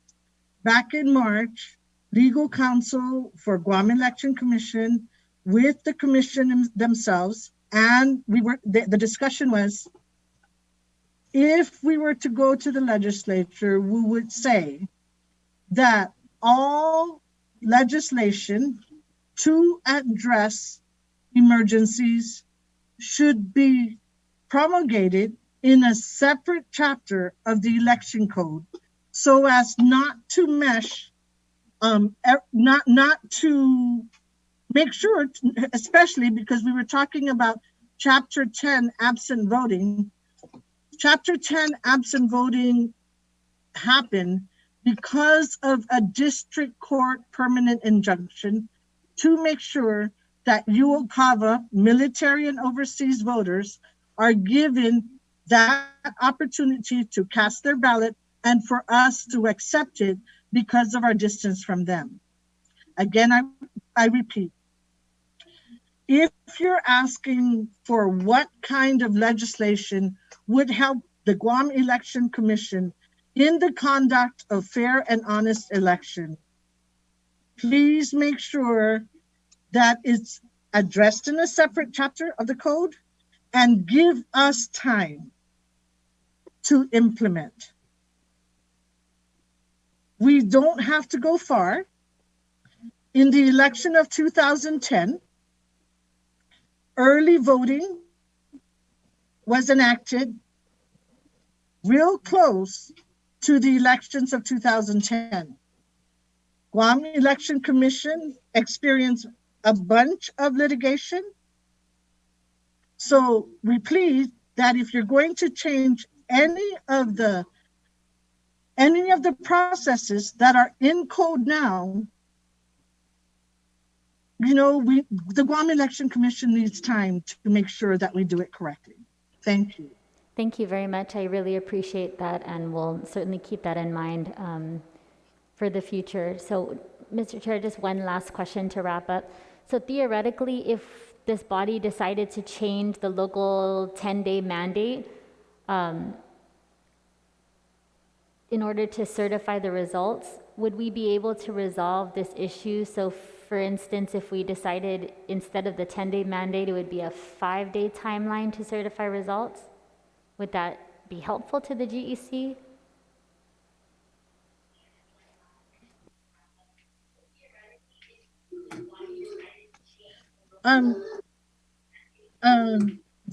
Senator, one of the things is, the legal counsel, we were looking at it already. That happened because of a permanent injunction by the district court, the U.S. District Court. So we're looking into it, and that again is a legal question beyond hope. I don't know if it would go against, or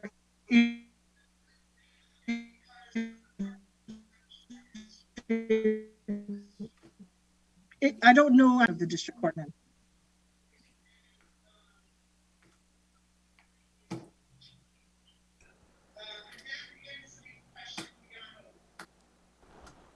Senator Lee, if I may, you had an earlier question about funding source for if the National Guard was to be. Is that correct, Senator? Yes, Mr. Chair. We were lucky to receive funding under the CARES Act for this type of situation. I believe, Maria, correct me if I'm wrong, about $600,000. And you asked, could we use that? Yeah, I think we could use that. I think, and we probably, because it's directly related to COVID. And so that's probably one of the areas there that we could use. Now, one of the questions comes up, as can we use the National Guard as to their participation? And I really appreciate the Attorney General stepping in and saying, maybe in private uniform, but also we could use them, in civilian clothes, maybe to assist in helping security. And there's a lot of coordination when you notice with lines and everything, maintaining the 6-foot distance, just maintaining all the proper protocols suggested by public health. They could also help there, And so I hope that answers your question. Yes, thank you. And if the Vice Chair has anything to add?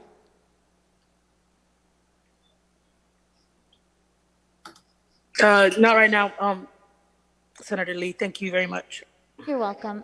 It's also my understanding that the Guard may be mobilized at QFAX facilities, so that might be another issue in this whole process, but I'll return the time. I reserve the balance of my time. Thank you, Mr. Chair. Thank you, Senator Lee. Senator Torres, do you have any questions, ma'am, to the panel? Yes. Undoubtedly, any decisions that we make today will be contentious in the public. But we do know that history as the AG pointed out in his letter, there have been 2 instances on Guam where the primary elections were canceled in 1994 and in 2006, I believe. And so it's been established that it's our prerogative to cancel primary elections, whereas the general election, as the Attorney General also pointed out, is mandated by the Organic Act. Now, the one thing that I took away from this, aside from your very powerful testimony, Alice and Attorney Pat Seville, extremely powerful testimony. But the one thing that I got out of it too is that what will allow us to proceed to a general election is time. The ability for the Election Commission to get all precautionary measures and contracts in place to successfully hold a November 2nd general election. So with that, my original position has always been where we can save money and where we can save on a spike in COVID is really the place where we ought to go in this. I just want to end this by asking Dr. Manglotnya if she can provide her medical opinion on the cancellation of the election, because we have heard from people who cited to that and the super spreader likelihood of a primary if we carry on this very public event. So Dr. Manglotnya, I was just wondering if you could just provide some input on the holding of a primary election from a medical perspective.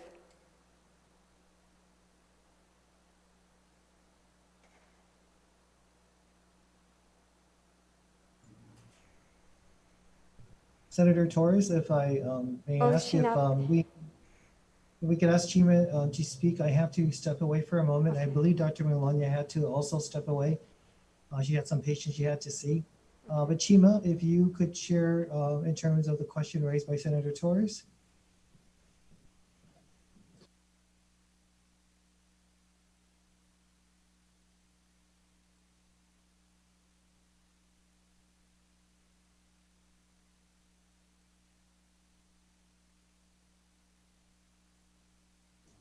Chima, we need to take you on off mute. You have to unmute. Sir, if I can get the questions for Dr. Manglotnya so that I can answer accordingly, sir.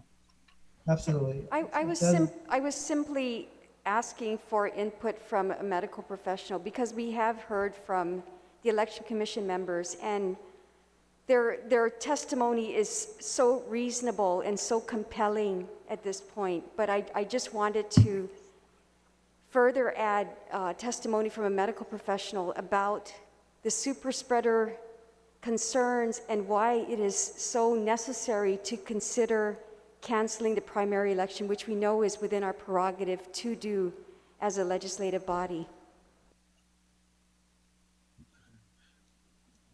Okay, ma'am, thank you for your question. I'm going to answer from a public health perspective, and I'm going to explain why it's important for us to be careful about super spreaders.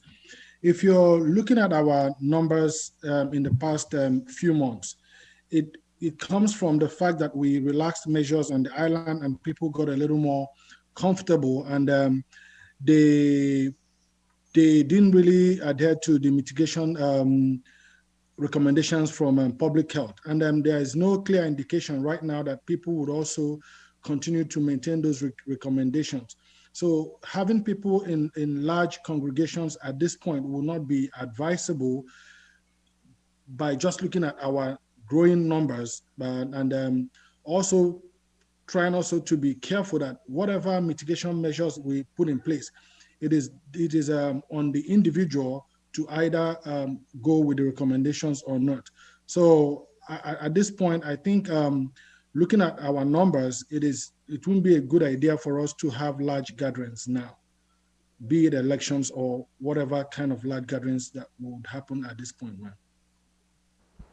Thank you very much. I have no further comments, Mr. Chair, other than to emphasize that, we are in fact in a health emergency, and as in the past when primaries were canceled for good reason, in the interest of the greater good, we must err in the interest of the greater good, and that's been my conviction, notwithstanding my my belief that the vote is paramount and fundamental to democracy. But that aside, we cannot overlook or underestimate this public health emergency. Thank you. Thank you, Senator Torres. Senator Tello, Minority Leader, ma'am, you have any questions to the panel?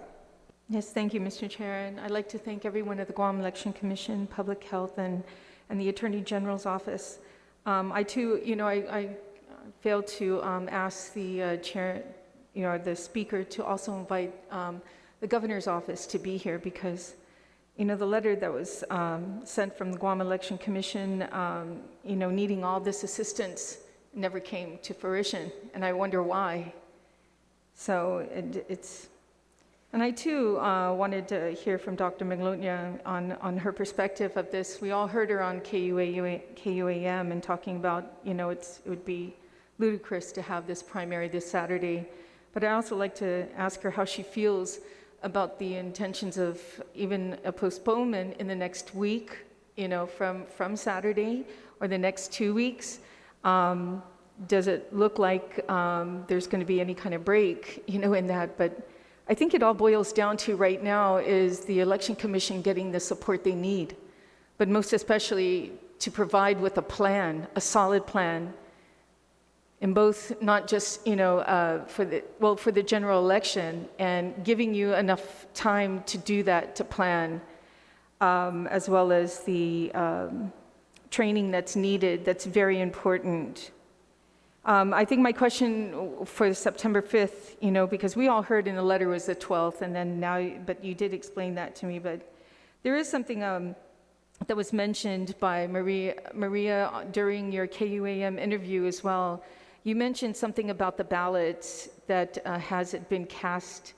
They've been. Can you kind of explain on how you were explaining with regards to, have they already been casted, or have they just been presented? For Maria. Thank you, Senator. Yeah, Senator, according to Chapter 10, Section 15113, or I'm sorry, 15117. I'm sorry, 10117, 10117. The ballots are cast at the precinct. So the ballots that, I'll read it to you. It's 3 GCA, Title 3 of Guam Code Annotated, Section 10117. At any time between the opening and closing of the polls on election day, the precinct board shall announce the absent voter's name and compare the signature between that shown upon the application and the signature upon the affidavit. The precinct board shall determine if the affidavit is sufficiently executed that the signature correspond, that the applicant is a duly qualified elector of the precinct, and that the applicant has not voted in person at such election, and then open the outer or carrier envelope and the return envelope. The board shall then deposit the unopened ballot envelope in the ballot box. Upon depositing the unopened ballot envelope in the ballot box, the board shall indicate on the signature roster next to the voter's name that such voter has voted absentee. The title of this section is Casting Ballots. Thank you, ma'am. Thank you, Maria, for that explanation with regard to that. My next question goes to Levin and Pat Seville. In your opinion, do you see that is there any constitutional right that has been jeopardized for anybody who voted early or for the primary Do you see any constitutional rights taken away considering that the primary is not part of the Organic Act of Guam?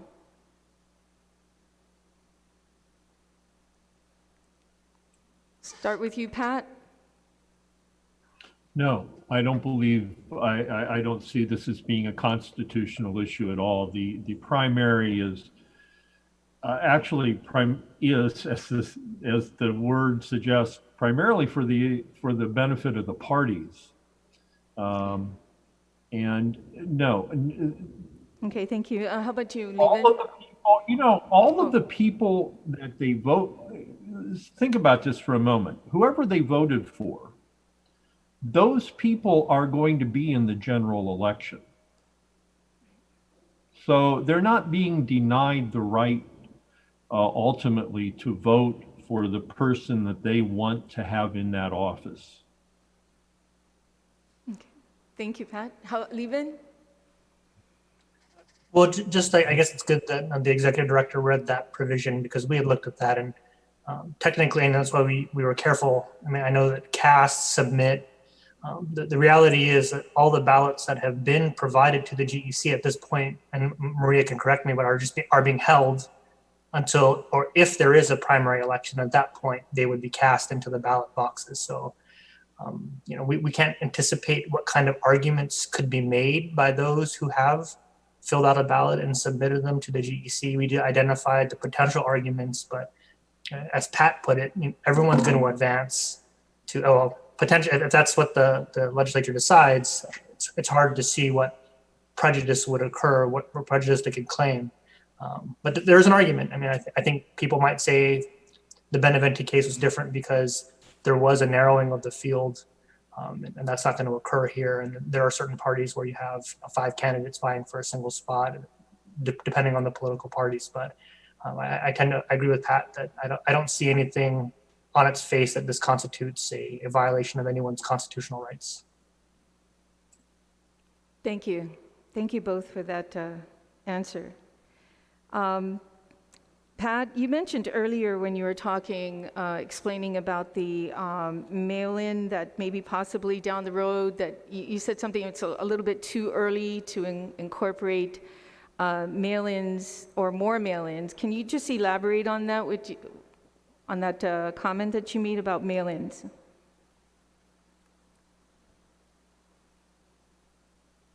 For Pat Seville? I'm sorry, for the Senator, for the mail, the 2 points I was trying to make is one, that the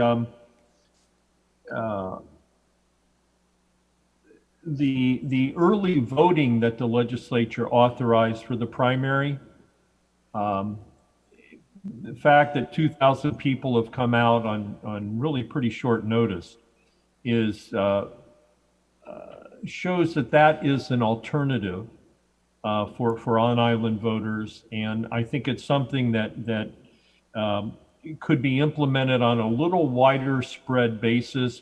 I think we now have the emergency staffing to perhaps open up a second site to do that, and I'll let Maria speak to that because that's really kind of in her bailiwick.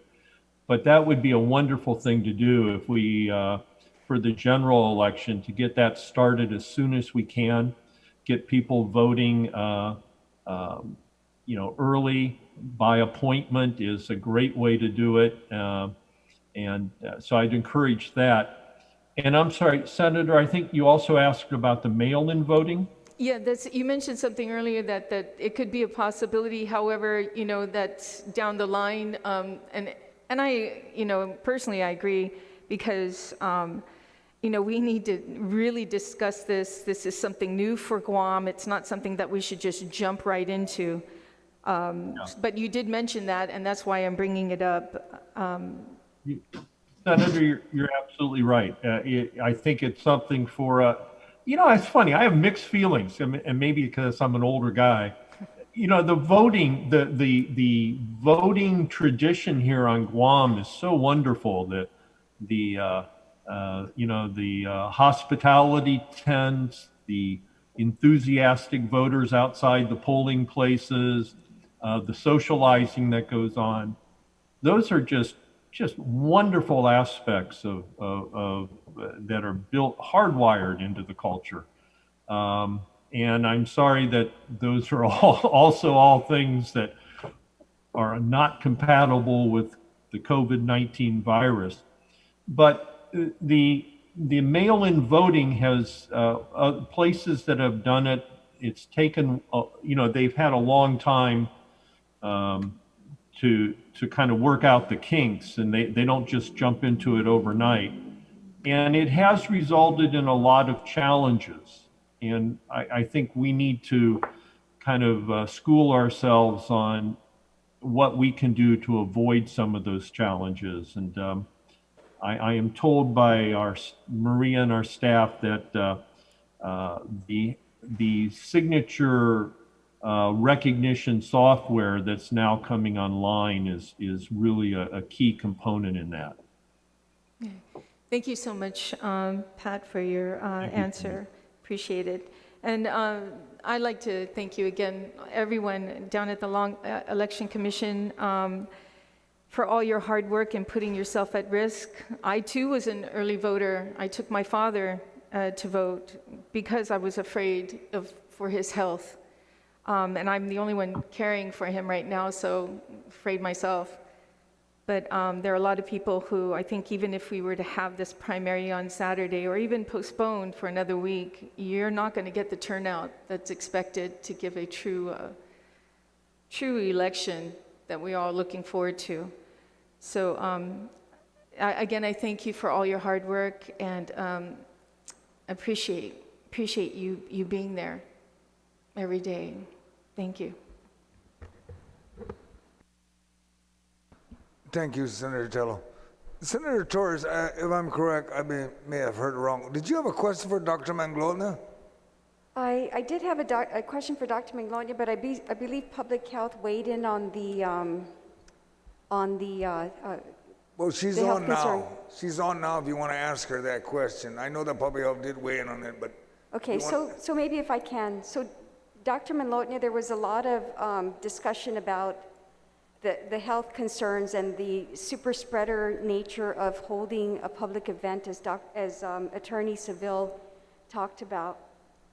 And so if we were to cancel the primary election, but hold a series, and take advantage of the time to prepare for the general election, and then if I may be allowed to have a follow-up question with Attorney Pat Seville, would that be the most prudent in your medical expertise to advise the body right now, given that we are in a health emergency and we must do all things to contain this health emergency, and particularly the super spreader nature? So that was my question that I had specifically to you as a physician.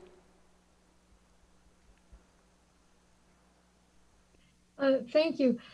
Might I ask, I know that Chima had responded to this. Might I know what his response was to this? And I have a reason for asking that.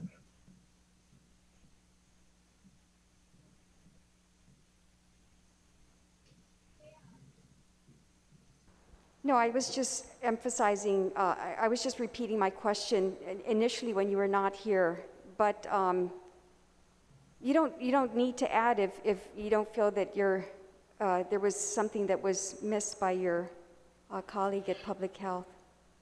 I'm not sure how he responded, but I think in this time of the pandemic, whatever we can do with any function that you feel is necessary, there has to be a protocol in place to protect everyone.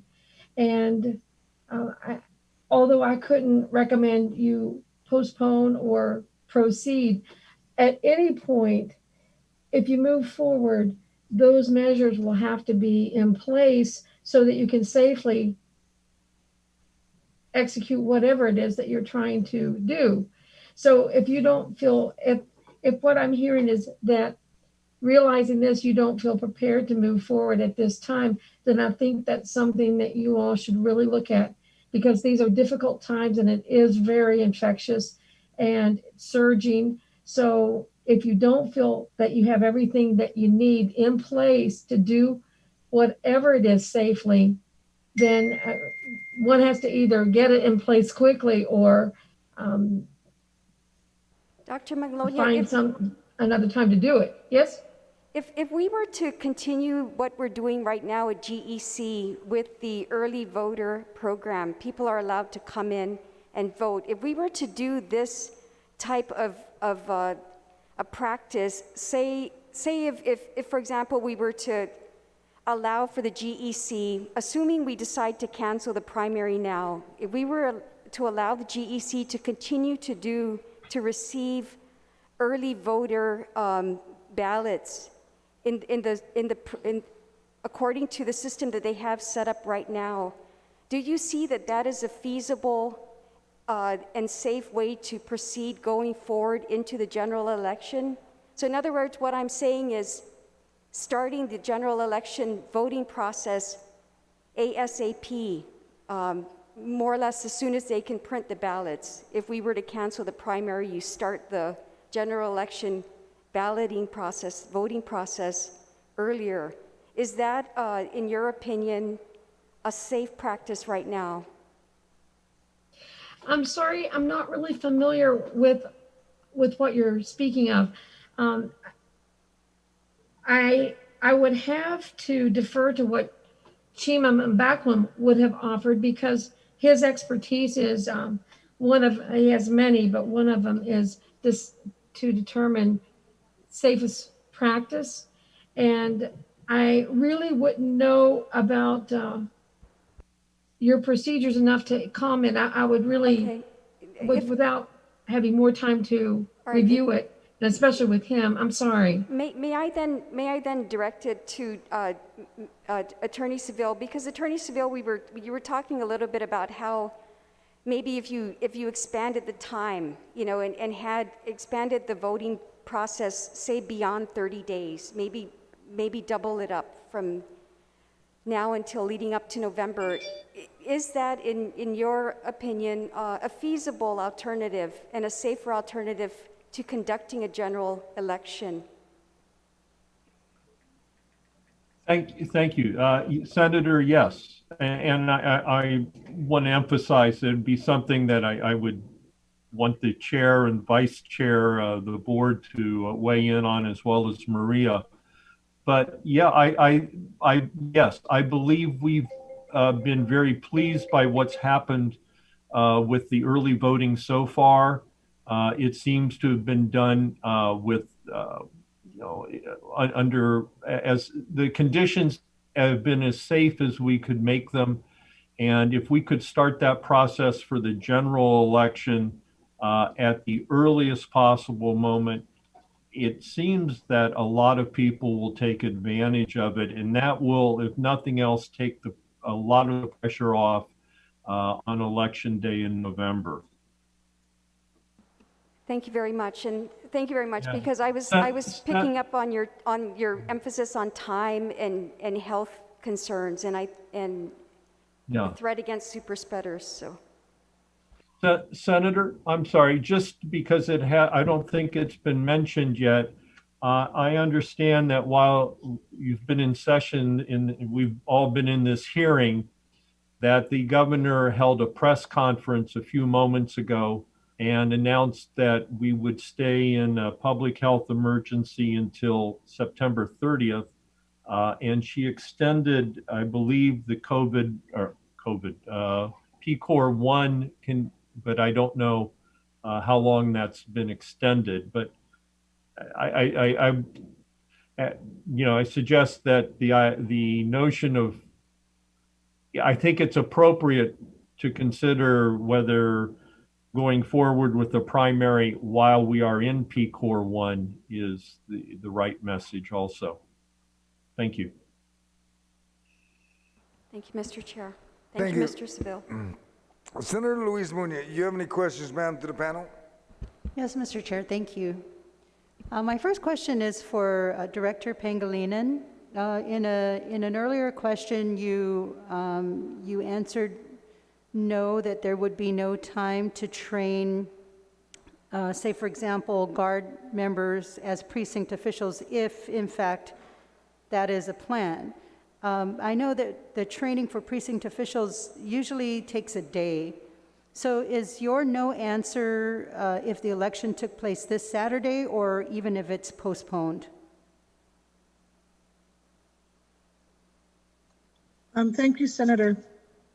Since PCOR 3, I believe, we normally train our precinct officials in batches. And so we've had to limit the number of precinct officials we train because of the making sure that we don't minimize the spread. So I think the most we've had in our classroom is 20.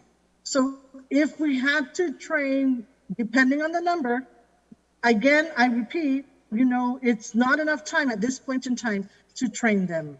Thank you. Okay, thank you very much for that clarification.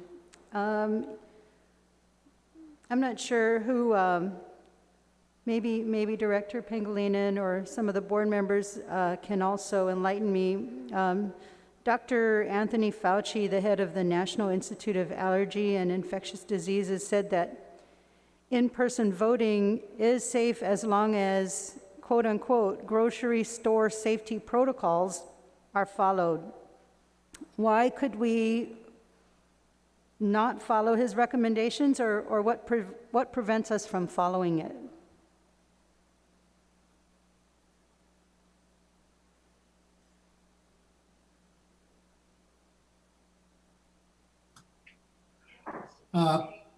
In all honesty, I'm not familiar with that statement, but I do think that since Public Health has reviewed our protocols, and I believe Director St. Augustine chimed in earlier that we are in constant contact with them with respect to our protocols. And I think probably our protocols are probably better than grocery store protocols because we're constantly on top of it. And I'll just go back to the in-house voting.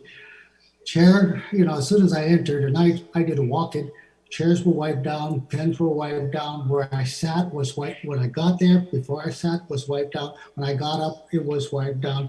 The only time I had a review my mask is for the purpose of identification, even though they knew who I was. As soon as I got to the voting booth, everything was wiped down. So I think we take it a little further than most stores do. And as soon as I was done with the voting booth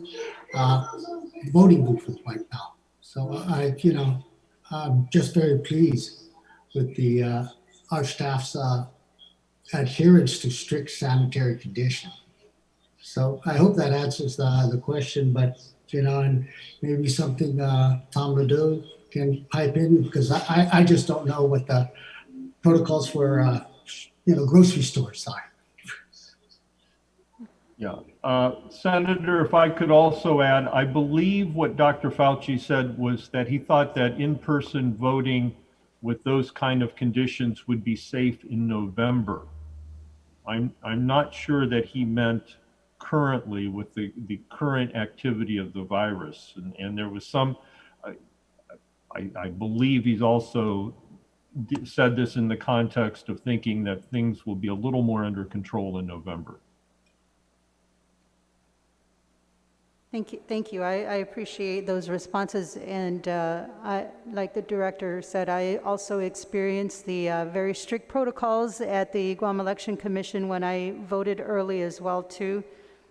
So I do believe that there are stricter protocols to voting at the Election Commission as compared to grocery store safety protocols. And we see it on a day-to-day basis. Kmart, all these other different stores, there's hundreds of people that go in there every single day. And I think that's kind of what he meant by grocery store protocols. And so, and they have protocols too that, that if something happens, then they figure out how to work around it. So I think that's kind of what he meant. And I was wondering too that, like one of the board members said too, that, we knew about this. We shut down. We were in PCOR 1 at one point in March, and we knew that the election was coming up in August, and we're sitting here just days before trying to figure out what to do. So My next question, I guess, could be for Director Pangilinan, if she's aware if there are any other jurisdictions that are canceling elections due to COVID. You know, I don't remember which, but I remember talking to someone and it was, Senator, I don't remember, but I think I saw, I have to say I don't remember at this time. Okay, thank you. Thank you very much, Director. And then maybe my final question could be for the AG. There may be some candidates that feel that canceling the primary could hurt their electoral chances. The courts have generally agreed with candidates, have agreed with candidates that challenge these laws that make changes in the middle of an election cycle. What do you think will happen if this bill becomes law and candidates challenge this in court?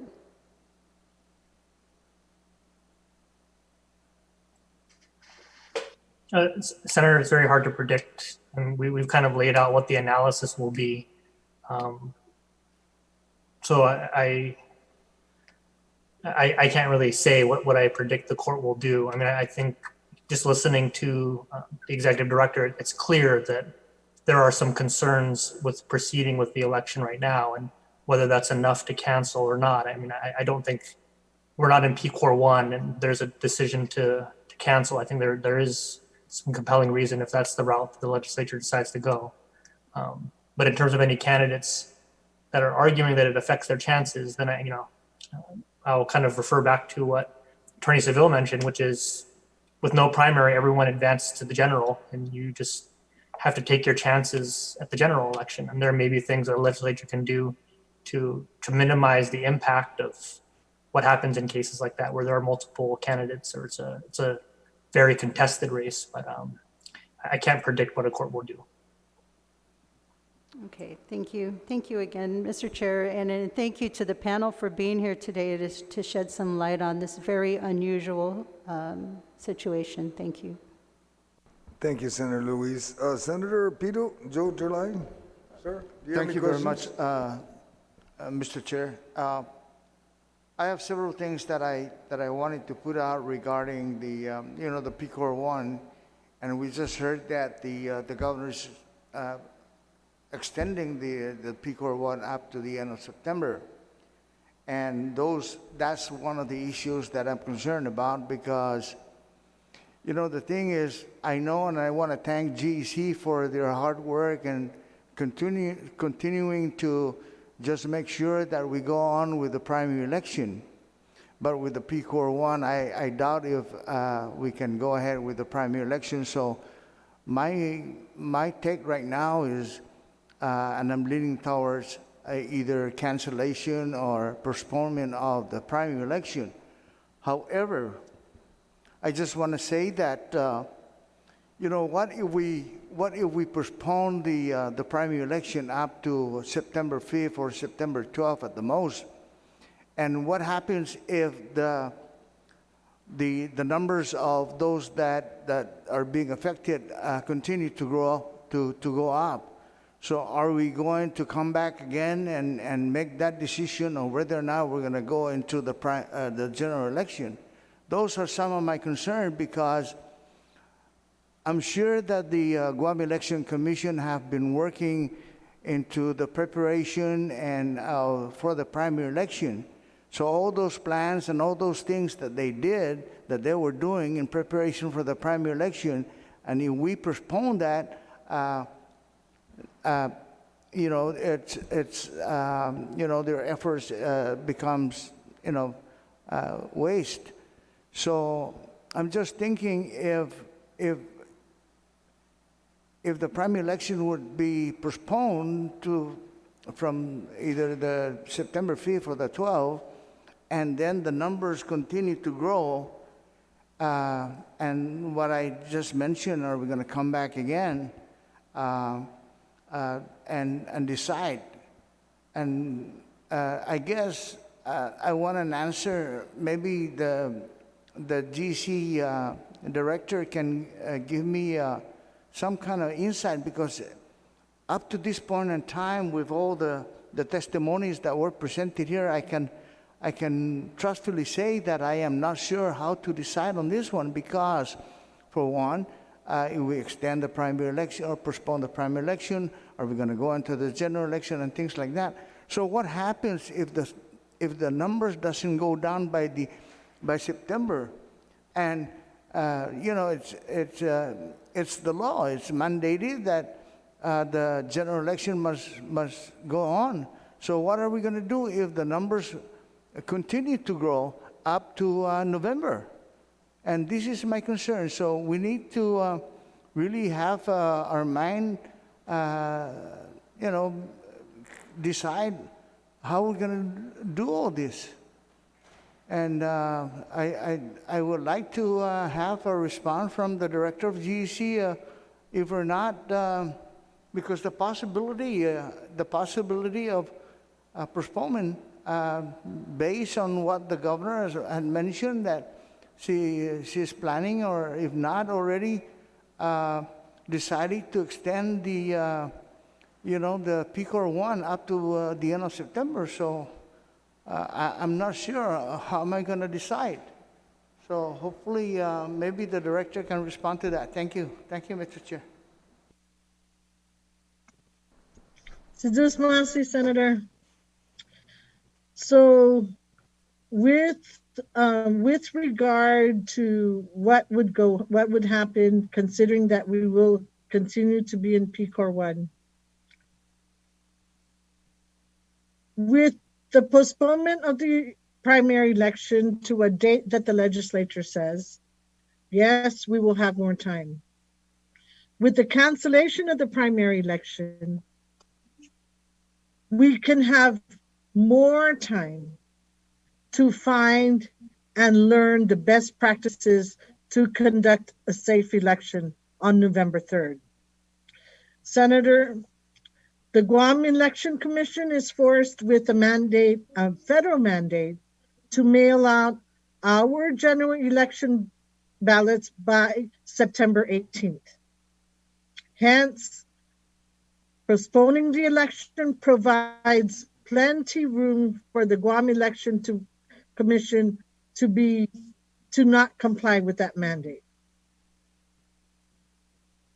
I hope I've answered your question with regard to how can we conduct the election if the condition gets worse.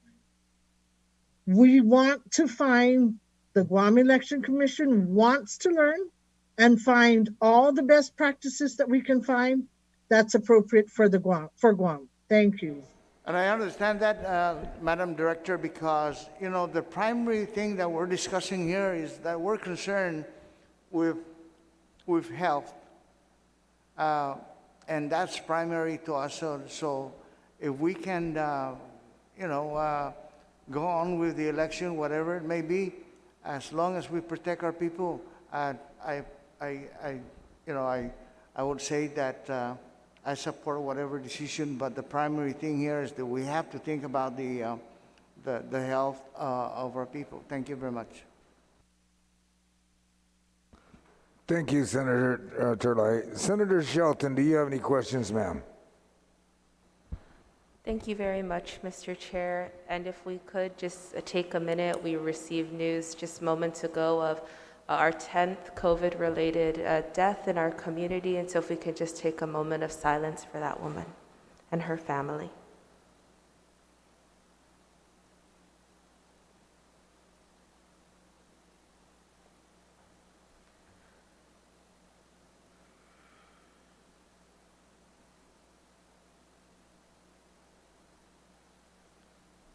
Thank you very much, Mr. Chair, and thank you, colleagues.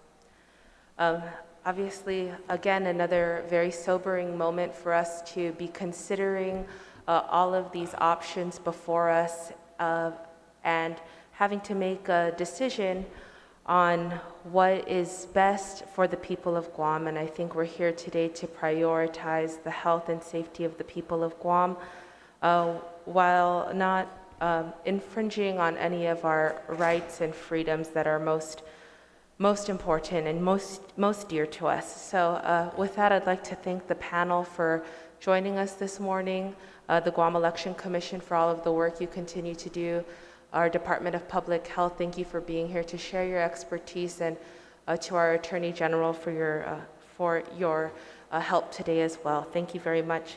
If I can ask the Director of the Election Commission to just clarify some of the earlier conversation about the possibility for mail-in voting, for switching to only mail-in voting for this election cycle.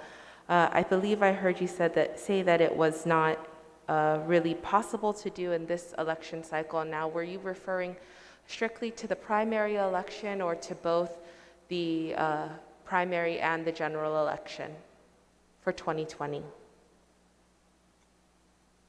Thank you, Senator Shelton. I was referring to both the primary and the general. Okay, thank you very much. And so I know we had earlier discussion also about extending the absentee in-office voting, doing that as quickly as possible to spread out the voters.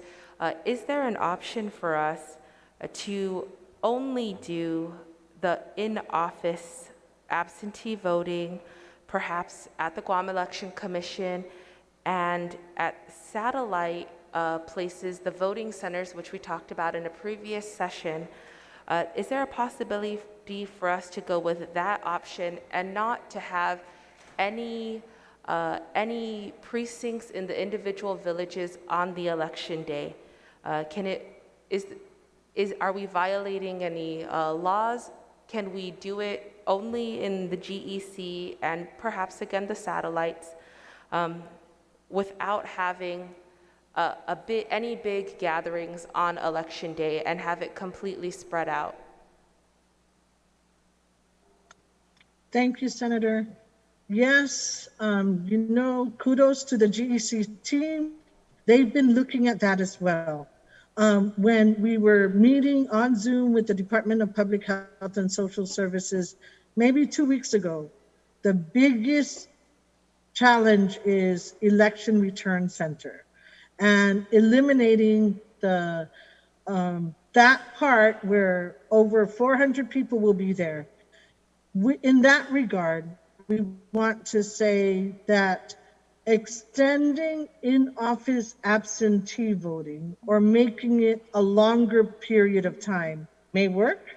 That's something that we have discussed, where as soon as the general election ballots are ready, we may be able to start in-office absentee voting, possibly only curbside. We are looking into it. I cannot tell you now what is more feasible, but in a little while, as the GEC team continues to look at it, we can come back and let you know what your options are. Okay, so even if we were to start at the earliest possible date for in-office absentee voting in your GEC facility and with the curbside voting, I guess, can you answer now, do you feel that you have the capacity to do that if we were to eliminate the actual general election precincts on general election day? Senator Shelton, one of the other things that came into the discussion was, we have in-office absentee voting going on here. Not having the election on election day, maybe we change what happens on election day where we don't go out to the precincts. That's something that again, Senator Shelton, we're looking at, but right now, I cannot tell you. Okay, thank you. I mean, that's information that I think that will be very helpful if that's something that you can help us to understand better at a later time. I would appreciate that. Obviously, this is just another thought to help us come up with, maybe some out-of-the-box solutions of what we can do if mail-in voting is not entirely an option for us at this time. I mean, to switch over completely to mail-in voting. So I appreciate your efforts and the entire Guam Election Commission team for trying to help us come up with with the answer, with a solution here. These are, as you know, has been said, very unprecedented times that we have to adapt to, and I thank you very much for that. Thank you, Mr. Chair. Thank you. Senator Sabina, I will call you next. The AV folks had asked that we take they have to reset. So we'll take a 10-minute recess so the AV folks will reset. Thank you.